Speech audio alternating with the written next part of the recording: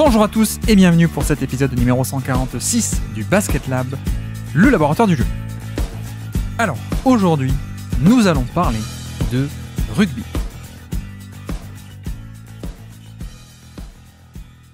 Bon, alors, comment est-ce qu'on en arrive à parler de rugby sur le Basket Lab? Vous l'aurez sans doute deviné, nous sommes dans notre saga d'intersaison, le Crossover. Saga durant laquelle, justement, nous faisons des crossovers d'invités, des crossovers de sujets aussi, notamment du basket, mais traités de manière différente, et donc également des crossovers de sport. Voilà donc comment est-ce qu'on en arrive aujourd'hui à parler du rugby, évidemment. Nous avons déjà parlé de foot dans cette saga de crossover, nous avons déjà parlé de NFL aussi, on a franchi cette barrière-là, et puis donc aujourd'hui on franchit une nouvelle fois la barrière d'un autre sport, avec aujourd'hui un crossover sur le rugby, et d'autant plus que l'actualité se prête totalement à ceci, puisque normalement, d'ici quelques jours, va s'ouvrir la Coupe du Monde de rugby 2023 en France, avec un magnifique France-Nouvelle-Zélande en match d'ouverture d'ici une petite poignée de jours normalement. Donc, occasion parfaite cet été de parler du rugby, de vulgariser des aspects tactiques et de jeu de rugby, avec donc notre invité du jour. Et cet invité qui nous fait le plaisir de venir sur le Basket Lab vulgariser certains concepts de jeu tactiques et stratégiques sur le rugby, cet invité, c'est Aymeric Milan. Aymeric, que vous connaissez peut-être du Bureau Ovale, émission de rugby du média First Team. Et Aymeric qui a aussi sa propre chaîne Twitch, où il est extrêmement actif, donc je vous encourage à aller voir sa chaîne Twitch également, le Poney Club. Poney avec 3 E, P-O-N-E-E-E-Y, Club, où ça parle bien entendu énormément de rugby. Donc, aujourd'hui, dans notre laboratoire de recherche sur le jeu, 5e numéro de notre Crossover, le jeu et la tactique dans le rugby. Bienvenue dans le Basket Lab.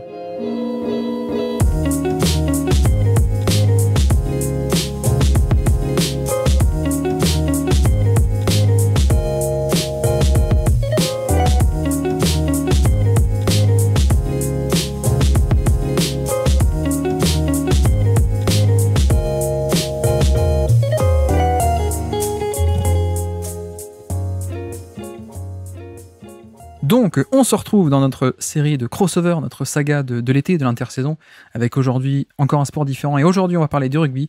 Et pour ça, on a un nouvel invité, bien sûr, et on va parler avec Aymeric Milan. Comment ça va, Aymeric ? Salut Guillaume, ça va très très bien. Très content de ton invitation, merci beaucoup. Avec plaisir. D'ailleurs, j'ai pas écorché ton nom cette fois, c'est bon ou pas ? Aymeric Milan, c'est bon, let's go, bon. C'est ça. Tu as eu ma date de naissance. Non, mais parce que déjà, je me suis planté 2-3 fois sur l'orthographe quand on s'envoyait des messages. C'est pas bien grave, ça, je vais te dire.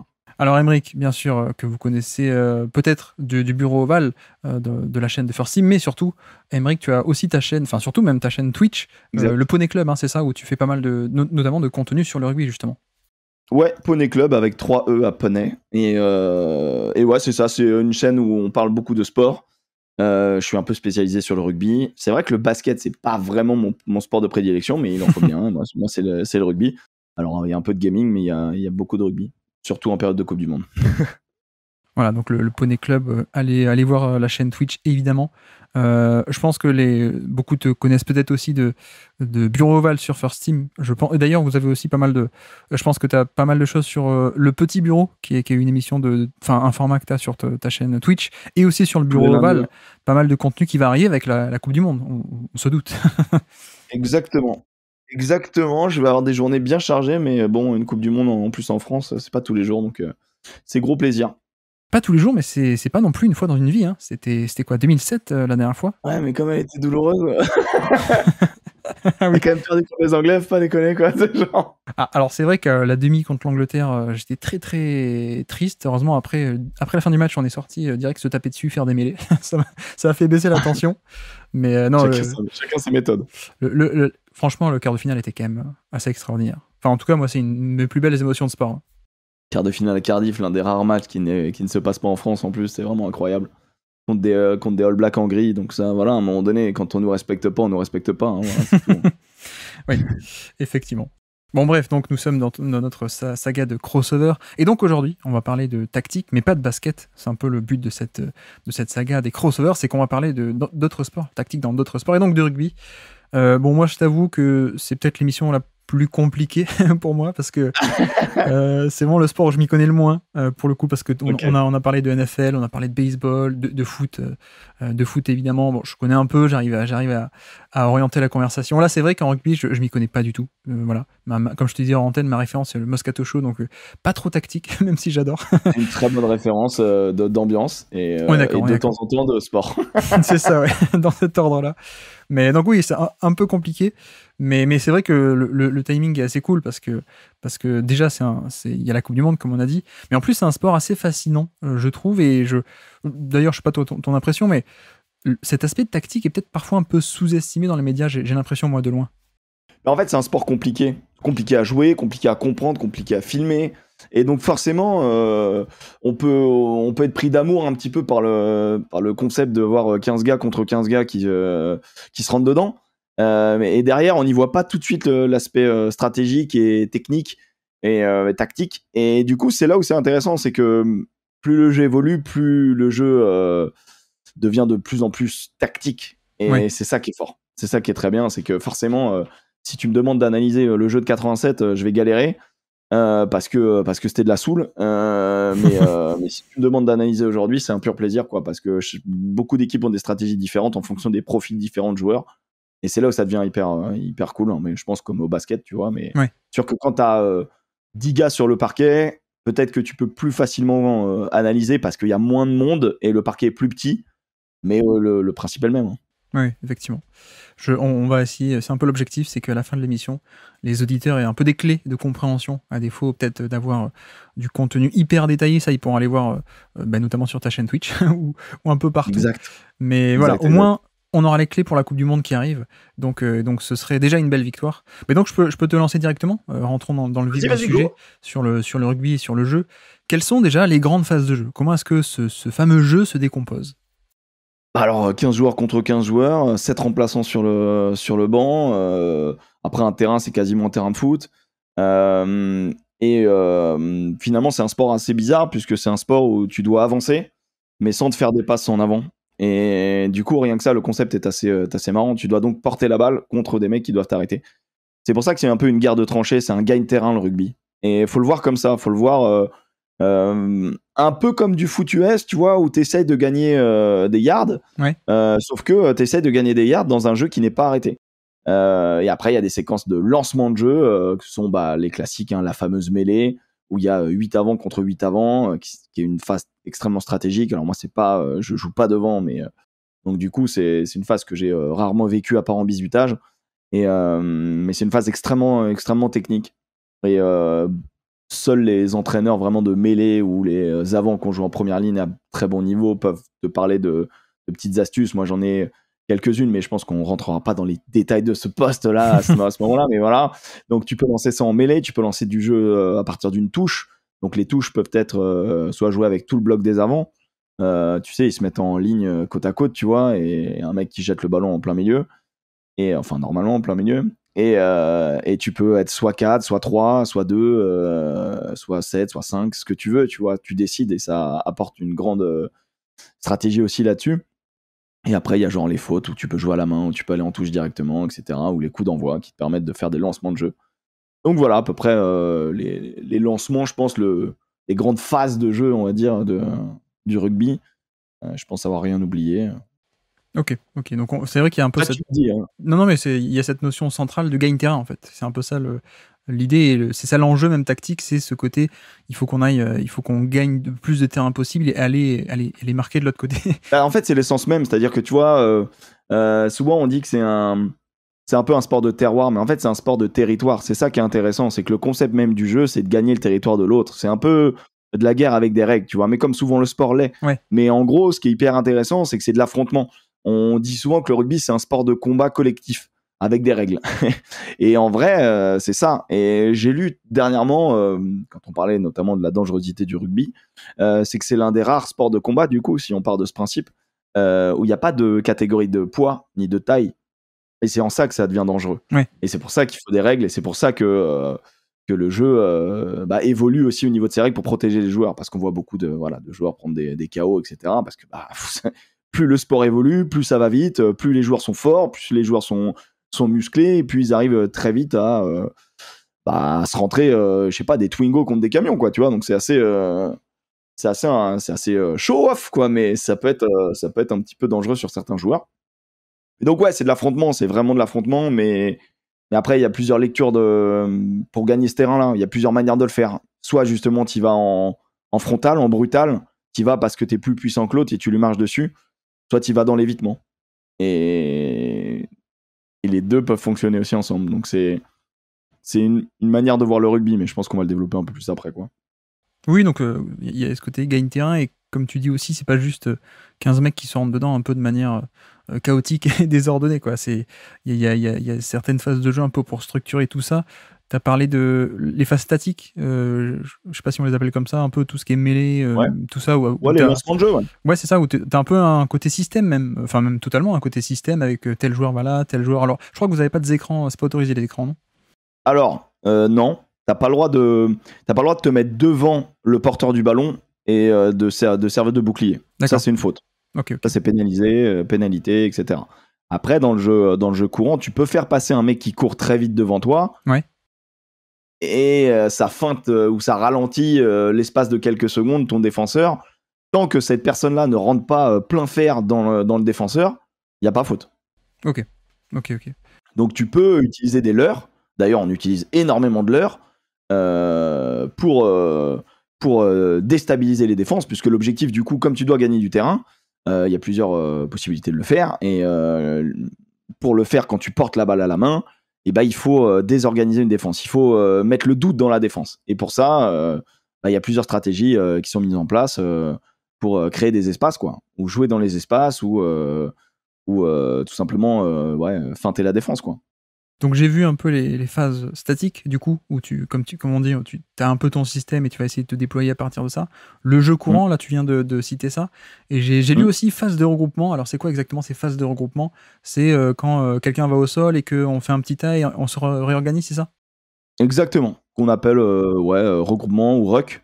On peut appeler ça des rucks. Et en gros, souvent à la télé, tu vas entendre ruck, là il y a ruck, machin, donc RUCK. Ouais. Et en fait, une phase de ruck, c'est quand tu as des joueurs qui protègent le ballon, qui sont au-dessus du ballon. Alors, tu peux avoir un joueur qui est plaqué, et ensuite il y a des joueurs qui arrivent au-dessus. À ce moment-là, quand on entend ruck, ça veut dire qu'on recrée des lignes de hors-jeu. Et donc, on recrée cette phase d'affrontement, tu vois, de tranchée, quoi. Tu vois, on recrée donc des lignes, une ligne d'attaque, une ligne de défense. D'accord. Tant qu'il n'y a pas de ruck, techniquement, tu pourrais te glisser dans la ligne d'attaque de l'autre. Enfin, il n'y a rien qui t'en empêche, tu vois. Mais d'ailleurs, c'est comme ça qu'arrivent les interceptions, par exemple, tu vois. D'accord, ok. Donc voilà. Maintenant, il y a souvent des joueurs plaqués, il y a souvent des joueurs au-dessus des ballons, donc il y a souvent des phases de regroupement. Et donc ça, c'est ce qu'on appelle le jeu courant. Et en fait, même ça, tu le prévois. Tu prévois l'endroit du terrain où tu vas frapper la défense, où tu vas mettre un regroupement, parce qu'après, tu vas forcément, à partir du moment où tu as un endroit du terrain où le jeu est arrêté, ça veut dire que tu te crées des zones à droite et à gauche pour jouer. D'accord. Et potentiellement des décalages, potentiellement des 2 contre 1, 3 contre 1, un déficit de la défense par rapport à l'attaque, etc. Tu vois. Ok. Et alors, peut-être question bête, mais pourquoi est-ce qu'il y a des fois, il y a ce fameux regroupement où on prend un peu plus de temps, et pourquoi il y a d'autres fois où ça s'accélère? Il y a une partie coaching, une partie consciente là-dedans, ou c'est un peu juste par la force des choses? Non, c'est complètement stratégique. C'est-à-dire que, en fait, plus tu vas sortir vite le ballon, plus tu vas mettre à défaut la défense. Dans certaines catégories. Il y a tellement de... Je vais essayer de faire un truc basique. Pour ceux qui connaissent le rugby, ne m'envoyez pas, il faut que je fasse simple. Mais en gros, plus tu sors le ballon rapidement et plus tu avances. L'objectif du rugby, c'est avancer, gagner du terrain, comme je t'ai dit. Donc en fait, à chaque phase de regroupement, on va dire que tu traces une ligne perpendiculaire à ta ligne de touche, tu vois, donc parallèle à ta ligne d'en-but. Et cette ligne-là, c'est ce qu'on appelle la ligne d'avantage que tu dois gagner. Tu dois gagner ne serait-ce qu'un centimètre, 2 cm, 3 cm. Pourquoi tu dois la gagner? 1, pour avancer, et 2, pour faire reculer la ligne d'hors-jeu défensive. D'accord. Mettre à la faute la défense. Et donc, en gros, plus tu sors vite le ballon, plus tu avances, plus tu vas mettre à défaut une défense qui ne peut plus s'organiser puisqu'elle est tout le temps en train de reculer pour respecter les règles de hors-jeu. Et donc, c'est pour ça qu'il y a à certains moments, face à une défense très organisée, tu peux prendre ton temps pour organiser bien ton attaque parce que au bout d'un moment, il faut courir, il faut être présent, il faut créer ce qu'on appelle des petites cellules, tu vois, d'attaque. Et donc, du coup, tes cellules d'attaque, parce qu'une fois qu'un mec est plaqué, il faut vite lui protéger le ballon. Donc, quand il va tout seul, t'es mort. C'est pour ça que le rugby est un joli sport collectif, c'est qu'on a besoin de tout le monde. Et donc, du coup, il faut absolument que à certains moments, y a des regroupements qui sont un peu plus lents parce que on n'est pas organisé, l'attaque est trop lente, etc. Les joueurs sont à la bourre. Voilà. Des fois, tu ralentis. Mais si tu désorganises la défense, ton intérêt, c'est vraiment de sortir le ballon le plus vite possible. Et d'ailleurs, les grandes équipes, on va parler de l'équipe de France en ce moment, on va parler des All Blacks, de l'Irlande, on parle de regroupement de moins de 3 secondes. On est vraiment sur cette notion de 3 secondes. Ok. Au rugby, et toi, je sais que tu aimes bien les datas, au rugby, on calcule vraiment les regroupements de moins de 3 secondes, 3, 4 et demi, 5 secondes, et plus de 5 secondes. Ok. Et en fait, au bout de 3 secondes, ta défense, elle est replacée. En gros, c'est ça le truc. C'est qu'au bout de 3 secondes, les mecs ont communiqué, ils sont replacés. Et donc, tu affrontes un mur. Et t'as pas encore détruit ton mur. Détruit ou contourné ton mur, tu vois. T'as pas encore créé des brèches dans ton mur. Et donc, en gros, il faut stratégiquement que tu ailles frapper à certains endroits du terrain pour un petit peu les abîmer à droite, un petit peu les abîmer à gauche, et qu'au bout d'un moment, cette défense ait une mauvaise lecture, une mauvaise communication entre eux, et que les joueurs fassent des erreurs ou fassent des fautes. Et à partir de là, soit tu obtiens des pénalités, soit tu mets des points, soit justement tu fais un break et tu vas marquer, quoi. Ok, donc il y a vraiment une partie consciente de essayer de mettre de rythme en fait, pour empêcher la mise en place défensive, quoi. La gestion du rythme, c'est hyper important. Et souvent, quand on est à plus faible niveau, on a tendance à se dire que mettre tout le temps du rythme, c'est une bonne idée. Et en fait, non. Non. C'est mettre du rythme quand il faut, mettre du rythme quand tu as créé un décalage, mettre du rythme quand tu es face à une défense qui prend le pas sur ton attaque, c'est mettre en danger ton attaque et c'est toi qui vas te mettre à la faute. C'est pour ça que la gestion du rythme, et on va parler après, je pense, des postes spécifiques, elle est gérée par 2 meneurs de jeu, qui sont le 9 et le 10, qu'on appelle la charnière. Au rugby, il y a aussi un truc qui est assez important, c'est que chaque numéro est un poste. Et c'est pas comme au foot ou même au basket où tu peux prendre n'importe quel numéro et c'est même ton identité, tu vois, de joueur, hein, bien évidemment. C'est que le numéro 23, hein, c'est important, sans doute dans les cœurs de beaucoup des mecs qui t'écoutent, tu vois. Mais voilà, au rugby, un poste, un numéro, en fait. Ouais, que en fait le numéro t'appartient pas, en fait, que le collectif l'emporte sur l'individualité et que donc peut-être qu'on y arrivera un jour, mais j'espère pas. Mais en tout cas, le numéro est plus grand que toi. Et donc, du coup, le numéro est un poste. Bah, tu sais que ça, il y avait au foot américain aussi, pendant très très très longtemps. Et ça a changé il y a 2-3 ans à peine où, si tu veux, en fait, c'était pareil. Genre, les mecs de la ligne avaient de tel numéro à tel numéro, entre 1 et 10. Les receveurs, c'était entre 70 et 80, etc. Les mecs défensifs, entre 30 et 40. Et ça a changé il y a 2-3 ans. Et j'avoue que, bon, c'est pas tant le côté altruiste ou quoi, même si je peux comprendre cette idée de valeur, mais même moi sur le terrain, du coup, je suis perdu quand il n'y a plus du tout les numéros aux bonnes lignes, quoi. Je le savais pas, ça. Mais franchement, très bonne news. Ça vient de changer, Et puis, super news, effectivement. Mais alors, non, autre aspect aussi, c'est que sur ces fameuses phases de regroupement, j'ai lu pas mal d'articles tactiques là, ces derniers jours. Je me suis rendu compte que c'était pas du tout du hasard, c'était pas du tout du free flow, en fait. Après ces fameux regroupements, il y a des vraies stratégies, des vrais systèmes en sortie de ce ruck, et ça se fait pas au hasard, en fait. Mais en fait, ce qui est marrant, c'est que souvent, par exemple, si tu pars d'une touche, moi, je joue à très faible niveau. Tu vois, je joue genre en 7ème division en France. Et même à mon niveau, on met en place des stratégies. Donc certes, les mecs mettent une stratégie sur leur touche.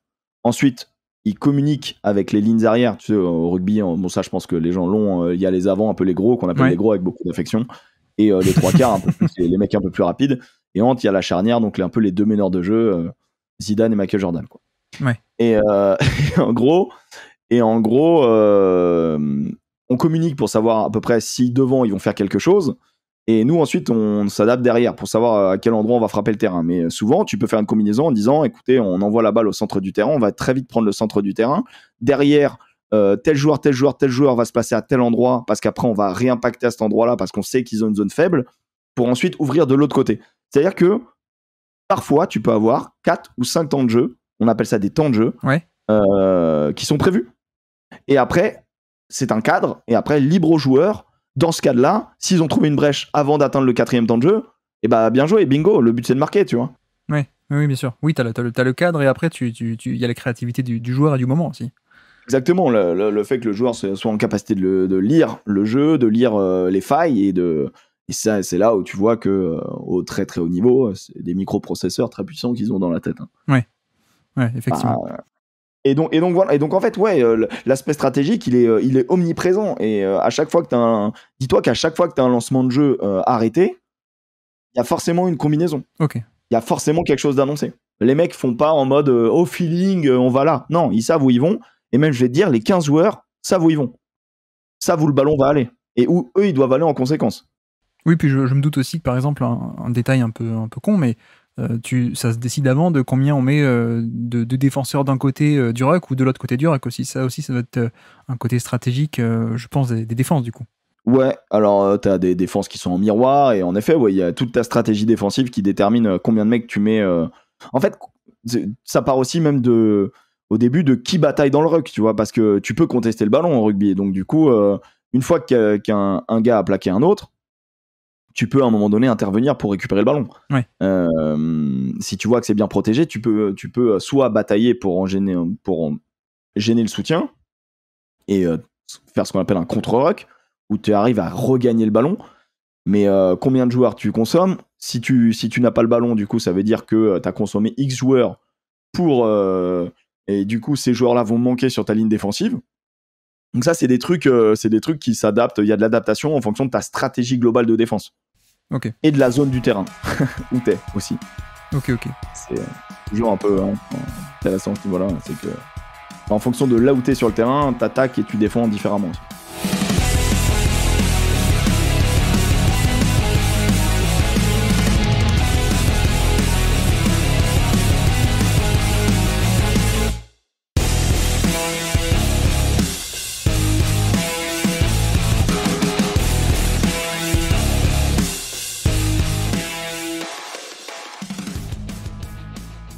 On a fait les phases de jeu, grosso modo, même si on est un peu rentré dans le détail déjà. Les postes aussi, tu as commencé à décrire, mais effectivement, il y a des grands groupes, on va dire, les avants, les arrières et la charnière.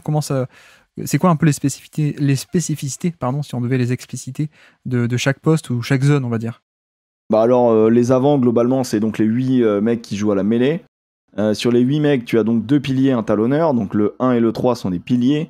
Le 2 est un talonneur, donc parce qu'il talonne la balle dans la mêlée, tout simplement. Ouais. Ensuite, tu as 4 et 5, c'est les secondes lignes, qui sont vraiment donc, emboîtés juste derrière les 3 joueurs qui se lient. Et ensuite, autour de ces 2 secondes lignes, eh bien, tu as le numéro 8 qui est vraiment lui, 3e ligne centre. Et autour, tu as les 2 flanqueurs, donc le 6 et le 7. Ils ont tous une spécificité, même si le rugby moderne tend à avoir des joueurs avec beaucoup de polyvalence, beaucoup de compétences. Et c'est là où ça devient de plus en plus intéressant. Et c'est qu'on a un rugby où aujourd'hui, un deuxième ligne peut avoir un très bon jeu au pied. D'accord. Alors, très bon jeu au pied, c'est peut-être un peu fort, mais du jeu au pied en tout cas, une vision. Et alors qu'il y a, je sais pas, je vais te dire, dans les années 2000, tu vois, même un petit peu avant les années 2000, je t'en parle même pas, genre un avant qui tape dans un ballon, on lui coupe le pied, quoi. et en fait, tu vois, c'est marrant, mais il y a un peu les nostalgiques du rugby qui sont tristes de ça, mais c'est l'évolution du jeu, c'est-à-dire que les défenses sont tellement... on a tellement d'infos, tellement de données, le jeu va tellement vite, les joueurs sont de plus en plus préparés. Bah, du coup, les défenses sont de plus en plus compliquées à battre. Et pour les battre, il faut que des joueurs qui n'étaient pas en capacité de faire des choses soient aujourd'hui en capacité de faire des choses. Ouais. Pour feinter, pour se surprendre. Et c'est là où c'est génial, c'est que le rugby est en perpétuelle évolution. Et on va vers des joueurs ultra polyvalents. Et donc devant des joueurs qui étaient moins rapides peut-être, moins en capacité de faire des doubles sautés, des grosses passes, des petits par-dessus, etc., sont aujourd'hui en capacité de le faire. Mais tu sais, la tribu des C'était mieux avant, ils sont dans tous les sports, hein, je te rassure. Ouais, On a bon, les mêmes bah, en foot, en basket. Mais alors, juste sur le côté, eux, on va dire, grosso modo, eux, c'est vraiment le côté, les qualités requises pour ces postes. eux, c'est les tanks, D'accord, tu ok. vois. Surtout, si je te fais la métaphore de la guerre Ouais, et de les tranchées, bah, eux, c'est les tanks. Voilà, ok. c'est ceux qui vont te permettre de percer les lignes. C'est les mecs qui sont censés être plus costauds, plus baraques, qui vont aller au défi physique et qui vont être aussi bah, tes meilleures armes de défense pour répondre aussi à ce défi physique-là. Ensuite, derrière, t'as. Enfin, alors, pour rester devant, plus tu recules techniquement, plus c'est athlétique. D'accord, donc tu vas dire la troisième ligne, c'est beaucoup moins costaud que première, quoi. Troisième ligne, c'est très. Je sais pas si tu as entendu parler d'un joueur qui s'appelle Macalou. De nom, mais ouais. Ouais. Tu le verras pendant la Coupe du Monde, je pense. C'est un joueur français assez incroyable qui est pris comme un utility player. Ça, c'est un terme que tu comprends, je pense. Pour ceux qui ne connaissent pas, c'est un joueur capable de jouer à beaucoup d'endroits. Un joueur qui est capable de jouer devant comme derrière. C'est surtout utilisé au foot US pour le coup. C'est quelqu'un voilà, qui peut tout faire. Et ben en gros, lui, il joue devant de base, mais contre l'Afrique du Sud. Il a joué à l'aile, il a remplacé à l'aile parce que ce gars a une capacité athlétique assez folle et donc il va très très vite, mais vraiment très très vite. Et pour te montrer un petit peu le côté transformation des postes, tu vois, et le côté multitâche, multi-compétences. Ouais. Et donc ce gars-là, il joue flanqueur, hein, il joue numéro 6, numéro 7, donc troisième ligne. Et ce gars-là est censé porter des fois des ballons, mais surtout plaquer, beaucoup plaquer énormément, tu vois. Ok. C'est un peu son taf, on va dire. Et du coup, je me doute que s'il y a une évolution du rythme, tu disais qu'on essayait de faire de plus en plus de rythme, et si c'est un peu ces gros, entre guillemets, qui doivent faire la tranchée, ça veut dire qu'il y a aussi sans doute une exigence de plus en plus grande d'endurance et pour ces postes-là aussi, non? Mec, c'est fou, il y a des mecs de 150 kills, 160 kills qui arrivent à être, je sais pas, partout sur des terrains. Il y a des préparations physiques qui sont vraiment folles. Il y a des gens, ils sont hors normes, hein, vraiment, honnêtement. Ouais. En fait, ce qui est fort, c'est que souvent les nations du Sud, pendant des années, elles étaient au-dessus des nations du Nord parce que, je sais pas, physiquement, ils étaient plus costauds, ils étaient plus balèzes. Et comme je t'ai dit, hein, ça peut être un jeu de destruction, tu dois avancer. Si le mec en face de toi, c'est John Alomou, et bah, j'ai beau avoir toute la bonne volonté du monde, même un peu de technique, je vais avoir quand même beaucoup de mal à l'arrêter. Et pendant des années, je pense qu'on était dominé physiquement. Et après, au-delà de ça, on a été aussi dominé stratégiquement et techniquement pendant des années et des années. Aujourd'hui, on a équilibré parce que le jeu demande beaucoup plus de déplacements et que nous, on a arrêté d'être bêtes et de jouer comme des Anglais parce qu'ils ont été champions du monde en 2003 et qu'ils faisaient que de la destruction. On s'est dit, ah, mais c'est ça qu'il faut qu'on fasse. Et en fait, nous, en France, on a beaucoup perdu notre identité de jeu. Et en gros, aujourd'hui, avoir des avants à la fois puissants mais mobiles, c'est ce qui fait toute la différence. D'accord, ok. Donc voilà pour les avants. Du coup, avant de passer à la charnière, peut-être qui est le poste important, t'as l'air de dire. Les arrières, c'est plutôt du coup les plus légers, et les playmakers peut-être. Ouais, alors les plus légers, ça a changé. Hein, tu sais, tu sais, le sport de haut niveau, il n'y a personne de léger. Hein, c'est toujours C'est des vrai. mecs de 90 kilos et de muscles. Mais écoute, ouais, normalement c'est ça. C'est sur les ailes, bah, donc les ailiers, les mecs qui vont à 2000, qui ont des capacités d'évitement extrêmement fortes, ou alors justement, il y a cette tendance aussi de mettre des ailiers extrêmement balèzes, mais pour défoncer le petit d'en face, Ouais. pour faire un match-up positif physiquement, tu vois. Mais Ouais. moi, c'est vraiment pas des ailiers que j'apprécie parce que le rugby, ça reste un sport d'évitement normalement. Et du coup, quand t'as des ailiers à moi, je vais citer peut-être Colby, qui est peut-être l'un des plus connus, le Sud-Africain, Ouais. qui joue à Toulouse et Toulon. Ou de Christophe Dominici, tu vois, qui est dans l'âme de beaucoup de Français, tu vois. C'est des petits qui ont des capacités de mettre des petits crochets, des cadrages débordements sur je sais pas, dans une salle de bain, il va t'effacer en fait. Et c'est ça qui est trop fort. C'est des joueurs hors normes, ce que j'appelle peut-être des X-Factors, c'est que souvent ils sont sur les ailes parce que ces mecs-là sont. En France, on a un joueur qui s'appelle Damien Penaud, qui est phénoménal. Je pense qu'on se rend pas compte à quel point il est phénoménal. Certaines personnes disent ouais, il est fort. Non, il est phénoménal. On a vraiment un ailier qui est un X-Factor, qui est capable à lui tout seul de changer peut-être le cours d'un match, tu vois, sur une action. Dans un sport où t'es 15 contre 15, c'est quand même très fort et c'est très rare. Donc voilà, donc c'est vraiment des très forts joueurs. Attention, il peut y en avoir pas qu'aux ailes, mais souvent aux ailes, c'est là où on les voit bien. Et après, t'as des mecs au centre, donc t'as 2 joueurs au centre du terrain, Ouais. qui eux doivent être d'excellents défenseurs parce que c'est une zone où mine de rien t'es extrêmement exposé. Et bon manieur, c'est un poste je trouve, c'est un poste qui est pas dans la lumière et pourtant qui est très compliqué. Eux, c'est un peu ceux qui restent derrière, non, presque en libéraux, quoi. C'est ça? Non, c'est vraiment, tu vois, sur la ligne, en gros, sur la ligne derrière, donc t'as les ailiers, donc 2 ailiers qui sont vraiment sur les côtés, et en fait, les 2-3 quarts au centre du terrain, c'est les centres. Voilà, c'est Ok. assez simple, hein, vraiment, c'est les centres. Quand il y a sortie de ruck, c'est eux qui doivent les réceptionner, quoi. C'est plutôt le 10 qui réceptionne. Ok. Plutôt le 10 qui réceptionne. Mais pas loin, quoi. Ah ouais, j'avoue que je t'aurais fait un schéma tout de suite, mais là, c'est sûr que en podcast, c'est plus chiant. Pour ça, il faut aller sur Twitch. Ouais, c'est ça.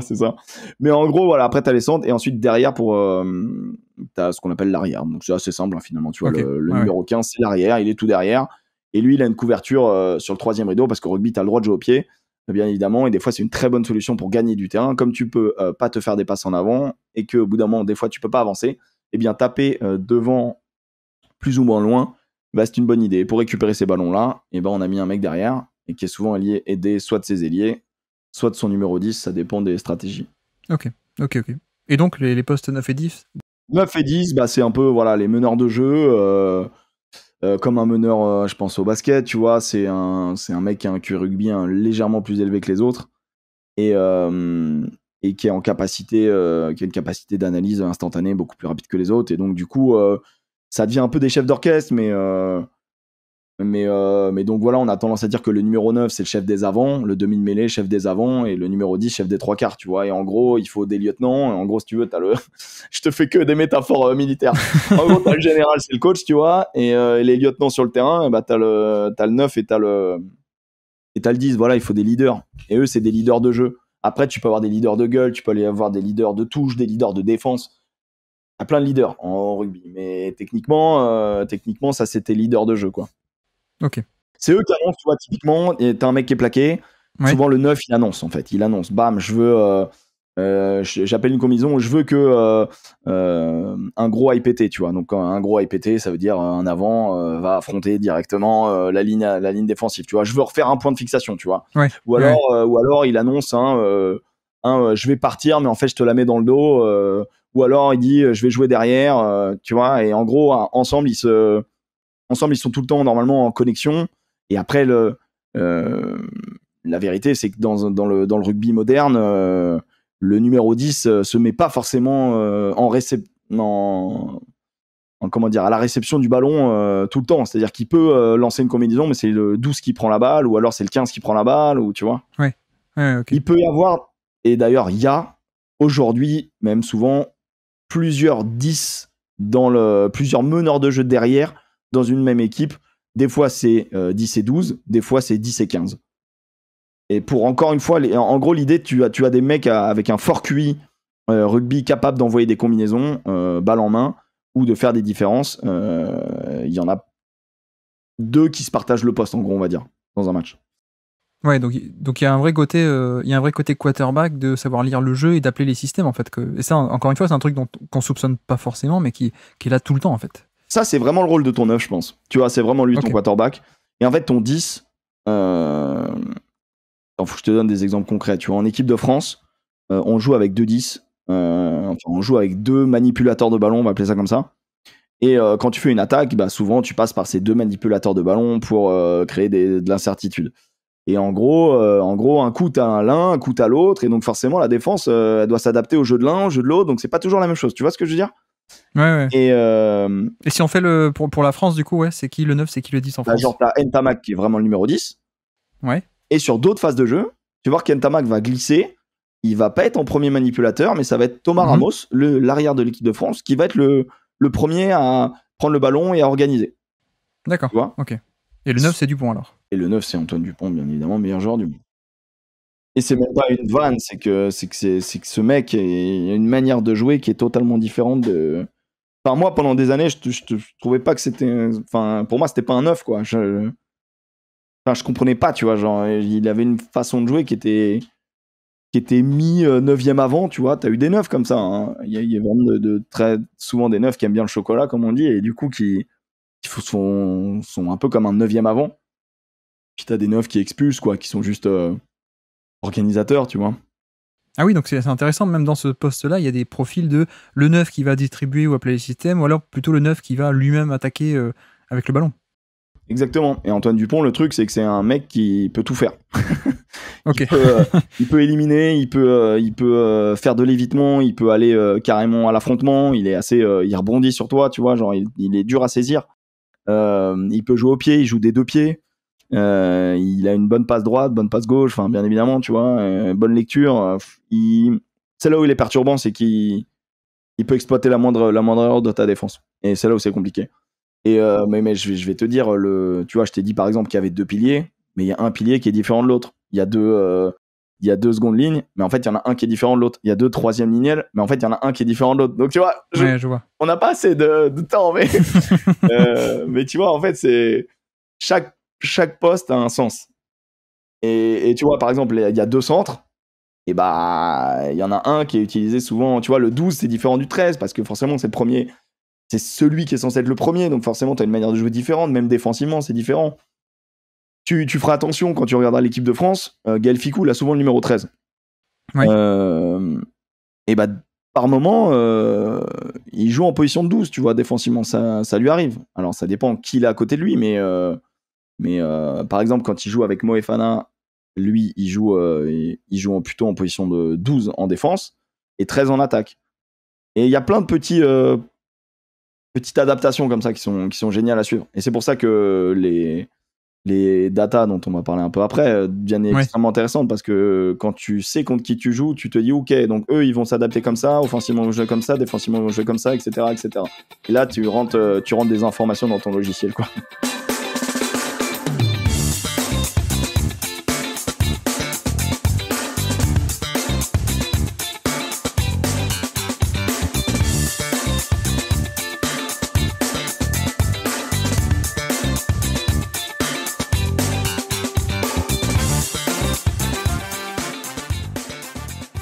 Alors, je pense que ça dépend aussi du style de jeu, mais on y arrive du coup. Tu t'en as parlé tout à l'heure, hein, tu as dit c'est ça qui est intéressant parce que le rugby, il y a plein de styles différents qu'on retrouve actuellement. Alors dis-nous, c'est quoi finalement les différentes philosophies de jeu qu'on peut voir actuellement dans le rugby? En gros, les différentes philosophies de jeu, c'est toujours un peu compliqué. Puisque moi, je fais partie un peu de la team où pour moi, il y a une seule façon de jouer au rugby, tu vois. Mais honnêtement, il y a. En fait, est-ce que tu fais ton choix d'affrontement? C'est ce que je t'ai dit. Est-ce que tu fais le choix de l'affrontement ou de l'évitement? Ok.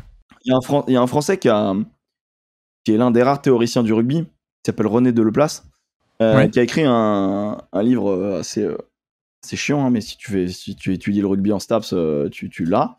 C'est Rugby de mouvement, rugby total. Et en gros, c'est une des bibles du rugby, honnêtement. C'est un mec qui a émis beaucoup de théories sur la capacité donc d'évitement et le fait que le ballon doit être vivant. Si le ballon est vivant, si le ballon est en mouvement, alors tu vas avancer, alors tu vas faire vivre le ballon, c'est la clé. C'est la meilleure équipe pour ça, c'est les All Blacks. Tu vois, les All Blacks, en fait, ils sont extrêmement impressionnants parce qu'ils te cassent la bouche, parce qu'ils sont très puissants. Mais ils sont puissants, c'est-à-dire qu'un, il te casse la bouche, mais en fait, t'arrives pas à les faire tomber. C'est-à-dire que si tu fais tomber le gars, en fait, lui, il va faire vivre la balle, il va faire une passe à un autre pote parce que ils sont extrêmement au soutien. Et pendant des années, on n'arrivait pas à les battre, ces mecs-là, parce qu'ils alliaient puissance technique. Et en fait, l'équipe de France arrivait un peu à les battre de temps en temps, à les surprendre, parce que l'équipe de France a pendant des années une identité de jeu, le fameux French Flair, qui était d'être surprenant, de relancer, de jouer pas stéréotypé, de jouer là où on les attend pas. Alors des fois ça passe, des fois ça passe pas, et les Français ont mis de magnifiques essais où ça passait, parce qu'il y avait du talent dans l'évitement. Et donc moi, je suis très heureux parce qu'on est dans une ère où certes, quand ça s'affronte très fort, et il faut s'affronter de temps en temps dans le match, parce que sinon tu fixes pas la défense, mais il y a vraiment cette volonté de chercher les espaces. Et il y a eu toute une génération, un peu les années, on va dire 95, 2000, 2010, tu vois, où les années un peu anglaises, où ça dominait sur de la puissance pure, quoi. C'était le mec prend la balle, tu sais très bien qu'il va pas chercher à t'éviter, il va te rentrer dans la gueule. Et ça a été ce rugby-là pendant longtemps. Il y a eu vraiment une période de ok, bah les mecs dans le sud sont vraiment plus balèzes que nous, alors notre stratégie, ça va être vraiment d'essayer de les défoncer, d'être un peu plus physique, allez, on fait plus de course à pied, on fait plus que de la muscu, tu vois. Je te caricature bien évidemment, Ouais, des bien mecs sûr. qui vont s'arracher les cheveux en écoutant ça, mais concrètement, ça a été un peu ça. Ça a été viens, on va défoncer le mec d'en face parce qu'on va être plus musclé que lui et on va être plus puissant. Donc il y a encore deux écoles qui s'affrontent entre le côté évitement ou le côté vraiment très physique en fait.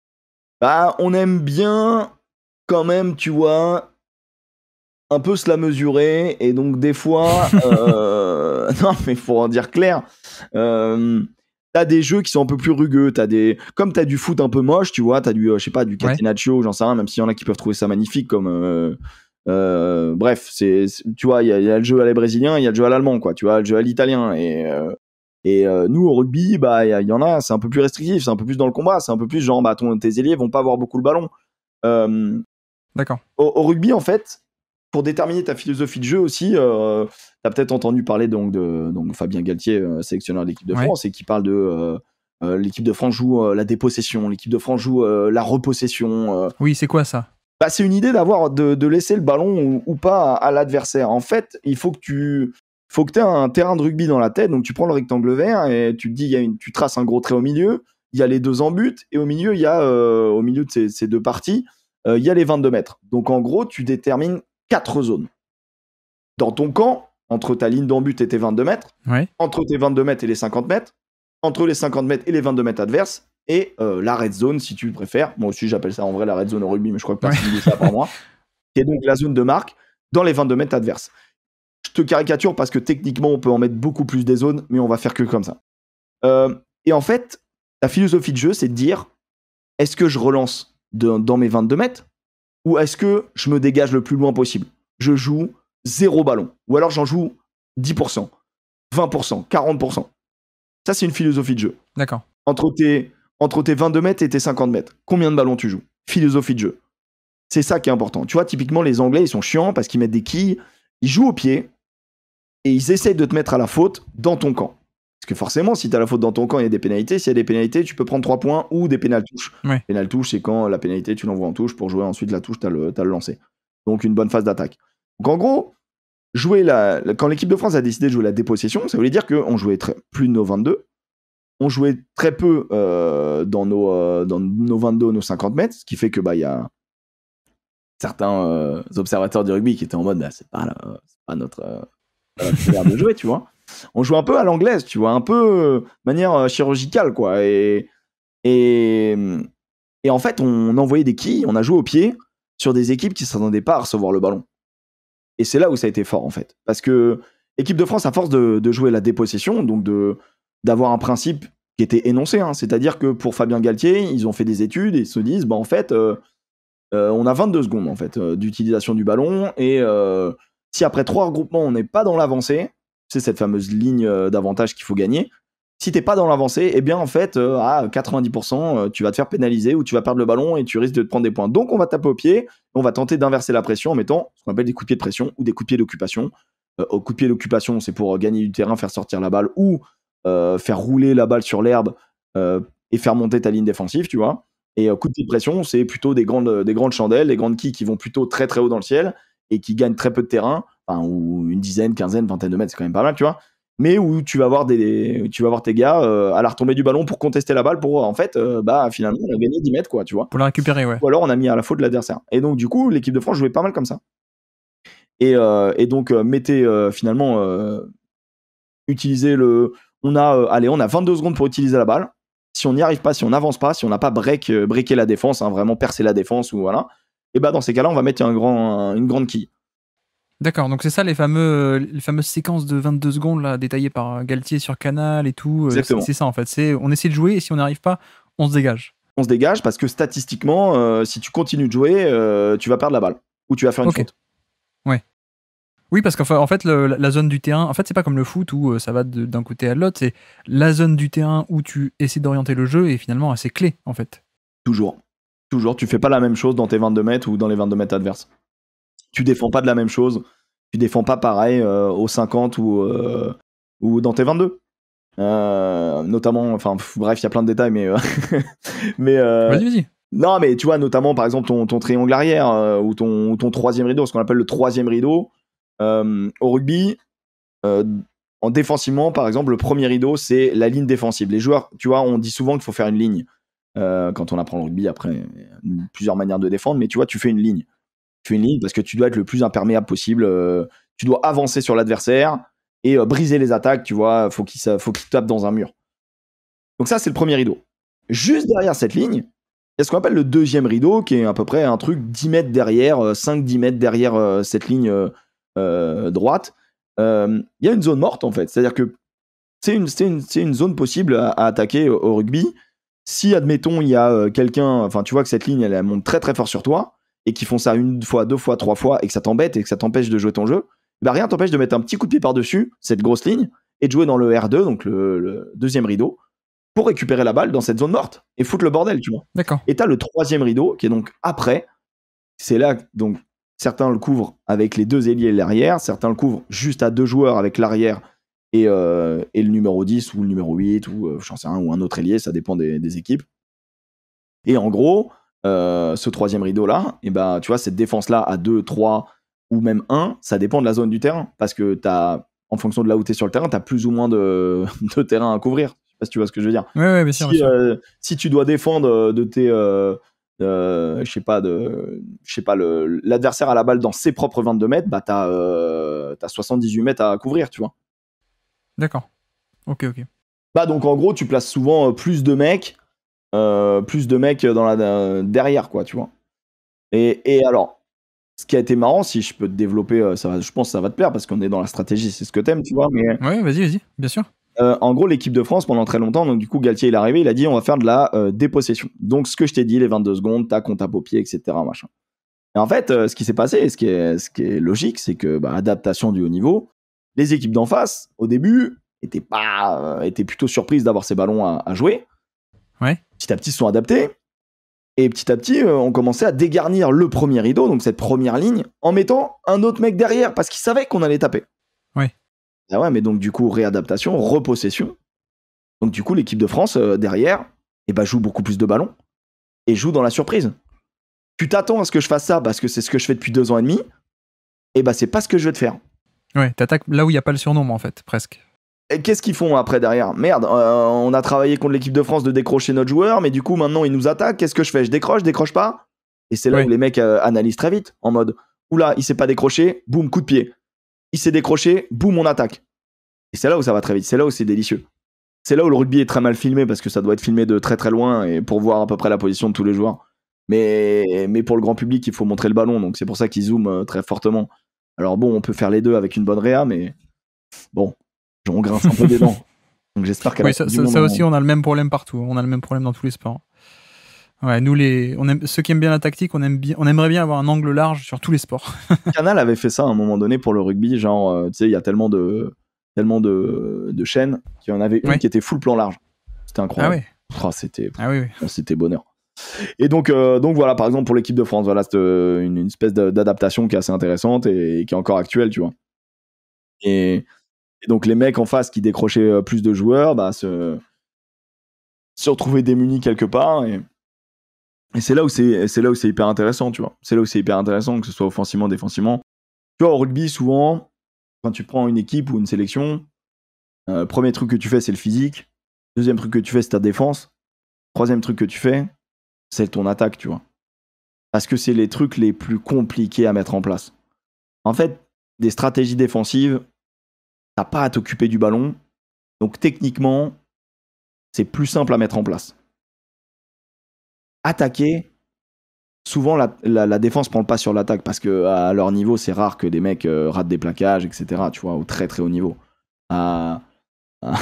Au niveau amateur, voilà, c'est tout ce que je dis et à mettre avec des pincettes. Mais même si c'est à prendre en compte, tu vois, une analyse en match d'un mec qui plaque moins bien qu'un autre, et donc l'attaquer sur son épaule faible, l'épaule faible étant l'épaule la plus loin de la zone où tu dois. Enfin, en gros, quand t'attaques au rugby, tu détermines un sens de jeu, c'est-à-dire vers la droite ou vers la gauche. Et donc forcément, la défense va essayer de venir te plaquer. On plaque Le mec à son extérieur et pas à son intérieur. Et donc, si tu attaques l'épaule intérieure d'un défenseur, c'est son épaule faible, parce qu'il est censé le plaquer avec son autre épaule. Bon, c'est... Repassez-vous ce moment-là, c'est peut-être je l'explique super mal. Non, mais c'est intéressant parce qu'effectivement, c'est de la tactique macro, c'est tout ce qu'on a dit en termes de stratégie, mais là, c'est micro, quoi. Ouais, c'est ça. Après, il y a toujours du homme à homme, tu vois. Je pense que moi, je m'y connais pas assez au basket, mais je pense que tu as ta stratégie globale, et puis après, des fois, tu as du 1v1 où le mec va être capable d'éliminer son adversaire ou de trouver le point faible, ou de, je sais pas, d'avoir un placement, un positionnement, un move, un bloc qui fait qu'il crée vraiment une brèche, quoi. Ouais, bien sûr. Oui, non, mais c'est ça. Ouais. C'est l'alternance tactique de macro ou micro. Mais alors, autre question aussi, du coup, que j'avais. Est-ce que il y a une certaine récurrence, on va dire, dans le rugby, les équipes d'élite actuellement? Est-ce qu'il y a une corrélation entre certains domaines du jeu? Est-ce que, par exemple, toutes les équipes d'élite sont très fortes sur phase arrêtée? Ou est-ce que toutes les équipes d'élite, ou est-ce que beaucoup d'équipes d'élite sont très fortes sur la progression ou le jeu au pied? Est-ce qu'il y a des domaines du jeu peut-être plus importants que d'autres aujourd'hui, ou finalement pas tellement, ça dépend beaucoup des philosophies? Ça dépend quand même des philosophies et des forces. En fait, ça dépend des joueurs que tu as sous la main. Après, c'est le truc un peu basique, mais c'est-à-dire que tu peux avoir le meilleur coach du monde, si t'as pas les... Si Galtier joue avec moi et toi, tu vois, si on y va tous les deux, je pense qu'il sera un peu emmerdé, tu vois. En gros, mais bon, à très haut niveau, ils sont censés être à peu près pas loin les uns des autres, mais bon, il y a quand même des joueurs, tu vois, la formation française, elle est très bonne. Il y a certains endroits du monde où il y a quand même un meilleur vivier. Il y a des mecs qui tu vois, par exemple aux îles Fidji, donc dans les îles du Pacifique, au rugby, il y a les Samoa, les Tonga et les Fidji. Bon, notamment les Fidjiens. C'est une religion, tu vois. C'est vraiment une religion. Et c'est pas un mot, c'est pas une métaphore, c'est pas galvaudé, tu vois. C'est une religion. Le rugby est une manière de vivre. La collectivité importe plus que l'unité.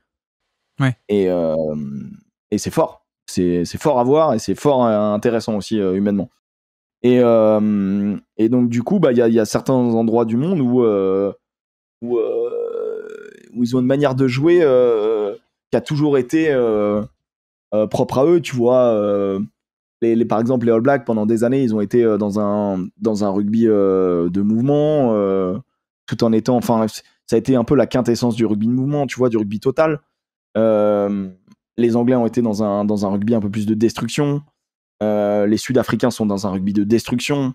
Les Irlandais, pendant des années, c'était du rugby à une passe. C'est-à-dire que c'était vraiment le 9, boum, sur un avant. Le 9, boum, sur le 12 qui va péter. Le 9, boum. C'était que ça. Et après, boum, Sexton met les points. Le numéro 10, quoi, leur Zidane local. Ça, c'est les matchs où tu t'endors un peu l'après-midi sur le canapé, non? Alors moi, j'aime bien, tu vois, ça me fait marrer. Moi, je crois que je suis vraiment... je suis un psychopathe un peu, tu vois. Genre, j'ai des top, quoi. Genre, j'arrive à trouver des trucs intéressants dans tout. Mais oui, tu peux t'emmerder très fortement et le dire quand même. C'est des matchs où tu t'emmerdes. L'Irlande a varié depuis. L'Irlande est devenue la meilleure nation du monde. C'est pas en faisant que ça. Hein. Ils ont vraiment varié leur manière de jouer et ils sont capables d'être extrêmement dangereux avec des combinaisons, des patterns d'attaque qui sont innovants, c'est de la macro, hein, parce que vraiment, tu vois, souvent en rugby, quand on attaque, on fait ce qu'on appelle des cellules de 3. Ouais. Attends, là, je vais revenir sur un truc. Au rugby, comme au foot, des fois, tu vois, au foot, t'as le 4-4-2, 4-3-3, etc., tu vois. Et bah, au rugby, on donne également des équipes qui jouent en 1-3-3-1, en 2-4-2. Et en fait, on donne le poste des avants dans le jeu courant. D'accord. Quand t'es pas sur un lancement basique, tu vois, après, il y a un mec qui se fait plaquer. Ensuite, où se placent tes avants, tes cellules d'avant? Donc, le plus classique de tout, c'est le 1-3-3-1. T'as souvent deux avants qui sont rapides, style, tu vois, les mecs que je t'ai dit, genre les troisième lignes L ou troisième ligne centre, ça arrive. Ouais. Qui se mettent plutôt sur les ailes. Pour créer ce fameux match-up, un avant costaud face à un trois quarts frêle, tu vois. Et ensuite, au milieu du terrain, t'as des blocs de 3 qui sont donc un avant plutôt costaud porteur de balle avec 2 soutiens, tu vois. Et en gros, ça peut te mettre... c'est des zones du terrain qui te permettent d'avoir des endroits pour fixer, pour créer un groupement, pour ensuite créer un décalage, etc. etc. Et ensuite, les trois quarts s'habillent autour de ça, quoi. Et donc, t'as des façons de jouer. Et en fait, souvent, quand t'as une cellule de 3, une cellule la plus classique, tu vois, même si tu peux avoir une cellule de 2, avec un porteur et un mec qui va au soutien très vite, et avec une cellule de 3, généralement, c'est le mec du milieu qui prend la balle, qui va au contact, qui essaye de tenir le plus longtemps ou de vite passer par le sol si tu veux jouer vite. Et donc, il se fait plaquer, tu vois, par un défenseur. Et ensuite, les deux mecs qui étaient à côté de lui, bon, bah, il le déblaye, quoi, tu vois. Enfin, il déblaye ce qui gêne, quoi, pour que le ballon soit très propre pour que le jeu continue. Et bah après, tu as plusieurs stratégies, tu vois. Tu peux avoir le 9 peut faire une passe au premier, tu vois, sur ta cellule de 3. Il peut faire une passe sur le premier qui fait une passe sur le deuxième, tu vois, un petit décalage pour gêner le défenseur ou les deux défenseurs qui montent, parce que souvent, tu es un peu en miroir, tu vois. Et dernièrement, il y a également des 9 qui font des passes directement au troisième. Et en fait, ça paraît anodin, mais en fait, c'est assez intéressant parce que, c'est une passe risquée, parce que c'est la plus longue et donc, du coup, elle peut se faire intercepter. Ouais, bien sûr.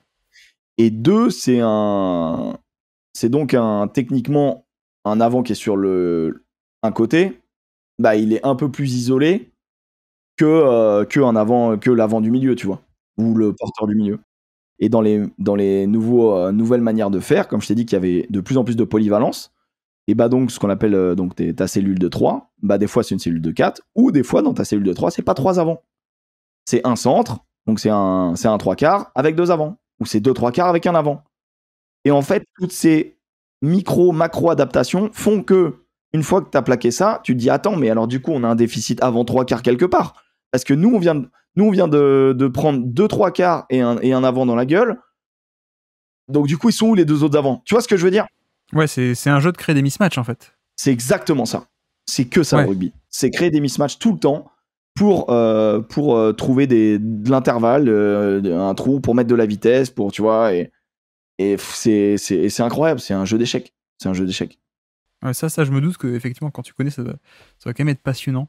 Bah là, tu vois, là, t'as des petites clés, quoi. Tu vois, tu regarderas l'équipe de France. Ok, il y en a 3 là. Ok, il y en a 4. Ça dépend des équipes, tu vois. Ok, ils en mettent 2 sur le côté.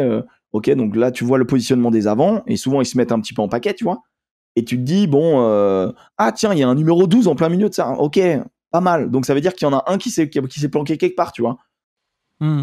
Ouais, donc en fait, les schémas, c'est vraiment mettre en place des joueurs à tel endroit pour tel mismatch, attaquer la défense à tel endroit. C'est que du micro, quoi. Bah en fait c'est et puis ça, je te dis ça c'est du très haut niveau, parce que à mon niveau, c'est si on arrive à avoir 3 gars aptes à courir qui se placent devant le numéro 10, bon bah on est content, tu vois. Genre. Ouais. Et donc cette cellule de 3 des fois fait l'heure, tu vois. Donc en gros bim, le numéro 9 fait une passe au premier du groupe de 3, et en fait juste derrière il y a le numéro 10, donc l'autre meneur de jeu, et en fait boum, il y en a un qui fait pivot, petite passe derrière, donc ça te bloque sans les bloquer vraiment, mais ça te bloque visuellement et physiquement, enfin, sans les toucher, tu vois, mais t'es bloqué parce que le 10 a du temps d'avance, parce que il récupère un ballon protégé par une feinte, quoi, tu vois. Ouais. Je sais pas si là j'ai été très clair. Si, non, mais c'est vrai que c'est fascinant. C'est fascinant. Et ça, tu le vois tout le temps dans un match. C'est un match international, tu le vois tout le temps, cette cellule de 3 qui va au contact et qui, pour se faire plaquer, pour avancer, soit cette cellule de 3 qui fait un pivot sur un mec derrière beaucoup plus rapide, qui arrive, donc qui était utilisé en leurre. Et tu vois que ça, mec. Tu vois que ça. Ouais. Et c'est pour ça que c'est un pur bonheur.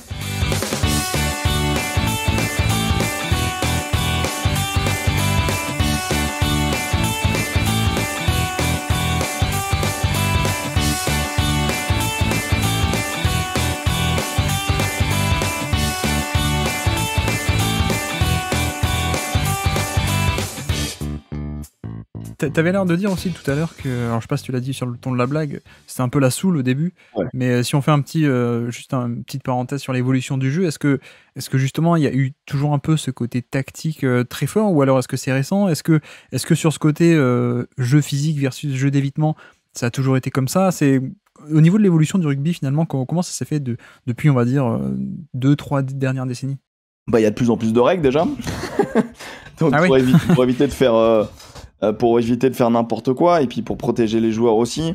Non, mais avant, je t'invite à regarder la TF1 pour le coup sur MyTF1. Ils ont mis plein de vieux matchs et tout. C'est hyper marrant parce que, en gros, là, tu vois, aujourd'hui, on a parlé des regroupements, que le ballon soit disponible très propre, très vite. Donc, il faut qu'il y ait les soutiens, les mecs qui déblayent ça proprement. Avant, il y avait 4, 5, 6, 7 mecs d'une équipe et d'une autre qui étaient en plein milieu à batailler pour le ballon et tout. Il n'y avait pas de règle. Et donc, du coup, ouais, non, les anciens matchs, moi, en fait, respect aux anciens parce que on faisait pas le même sport déjà. Et eux, c'était rugueux, quoi. Eux, c'était vraiment rugueux. Nous, c'est violent, mais eux, c'était dur tout le temps, en fait. Eux, c'était dur tout le temps. Et puis, c'était ouais, de la soule. C'était de la soule. Il y a certains moments, c'était de la soule. Je suis désolé, tu vois. C'est pour ça que c'est difficile de comparer les époques, comme dans beaucoup de sports, tu vois. Mais je pense qu'on peut comparer à partir je pense, des années 95-2000 le rugby, où là, il y a eu un peu plus de professionnalisme. Et donc, du coup, il y a eu des manières de jouer. Il y a eu donc des théoriciens du rugby. Il y a eu quelque chose qui s'est mis en place, tu vois. Et le fameux French Flair, c'est une légende du coup, ou ça a vraiment existé ce côté jeu de passe extrêmement développé? Non, c'est ce que j'ai tenté d'expliquer un petit peu tout à l'heure. Ouais. Enfin, en tout cas, c'est ma vision que j'en ai. Hein. Alors, c'est encore une fois, je pense qu'il y a d'autres mecs de rugby qui pourront sans doute contredire ou appuyer ce que je dis depuis tout à l'heure. Hein. Bien évidemment, prenez-le comme une vision et je sais pas, la science infuse. Hein. Mais en gros, le French Flair, pour moi, c'est que n'étant pas plus puissant que les autres et étant arrivé un peu après les autres, il a fallu qu'on trouve une certaine manière de faire et les Français couraient globalement vite, quoi. Et les Français étaient plus techniques et plus dans ce jeu d'évitement. Finalement, on était plus proche de la manière de jouer des All Blacks depuis le début que ne le sont les Britanniques qui ont inventé ce sport. D'accord, ok. Oui, mais en fait, il y avait un certain élément de créativité pour mettre le boxon dans des défenses un peu structurées, mais est-ce que ça marcherait aujourd'hui, un style de jeu comme ça? Bon, ouais, ça marche, bien sûr, ça marche. Tu vois, les Fidjiens ont toujours par moment une manière de tout tenter, de prendre un risque incroyable, même certaines fois, même l'équipe de France, tu vois. D'accord. Le French Flair, en fait, souvent, les gens l'assimilent à un ballon qui part de ton en-but et où tu traverses 14 joueurs pour les marquer. Il y a dernièrement le fantasme, quoi. Ouais, il y a alors ça va pas à l'essai, mais t'as dû voir ce match contre France All Black dernièrement où Ntama qui est dans son en-but, il repart, il met un raffut à Barrett, il relance il court sur le bord de la ligne, il fait une croisée avec Jaminet et le jeu joue, le ballon est vivant, ça va à 2000, les Français sont au soutien et tu te dis mais c'est incroyable, ça va aller à l'essai. Donc finalement malheureusement ça va pas à l'essai. Mais voilà, c'est ça le French Flair. Le French Flair, c'est tenter des choses qui paraissent impossibles et les réussir et en fait, je sais pas pourquoi c'est propre aux Français, parce qu'il y a d'autres nations qui le font. Tu vois, pour moi, les All Blacks font ça depuis des années, mais les All Blacks, c'est des ballons de récupération où ils vont marquer des trucs. Nous, après, on est un peu romantique, je pense, tu vois. Puis on aime bien dire que. Ouais, c'est du marketing, quoi. Je sais pas si c'est marketing, parce qu'on a eu cette identité. Ouais. On était un peu les seuls dans le Nord, tu vois. D'accord.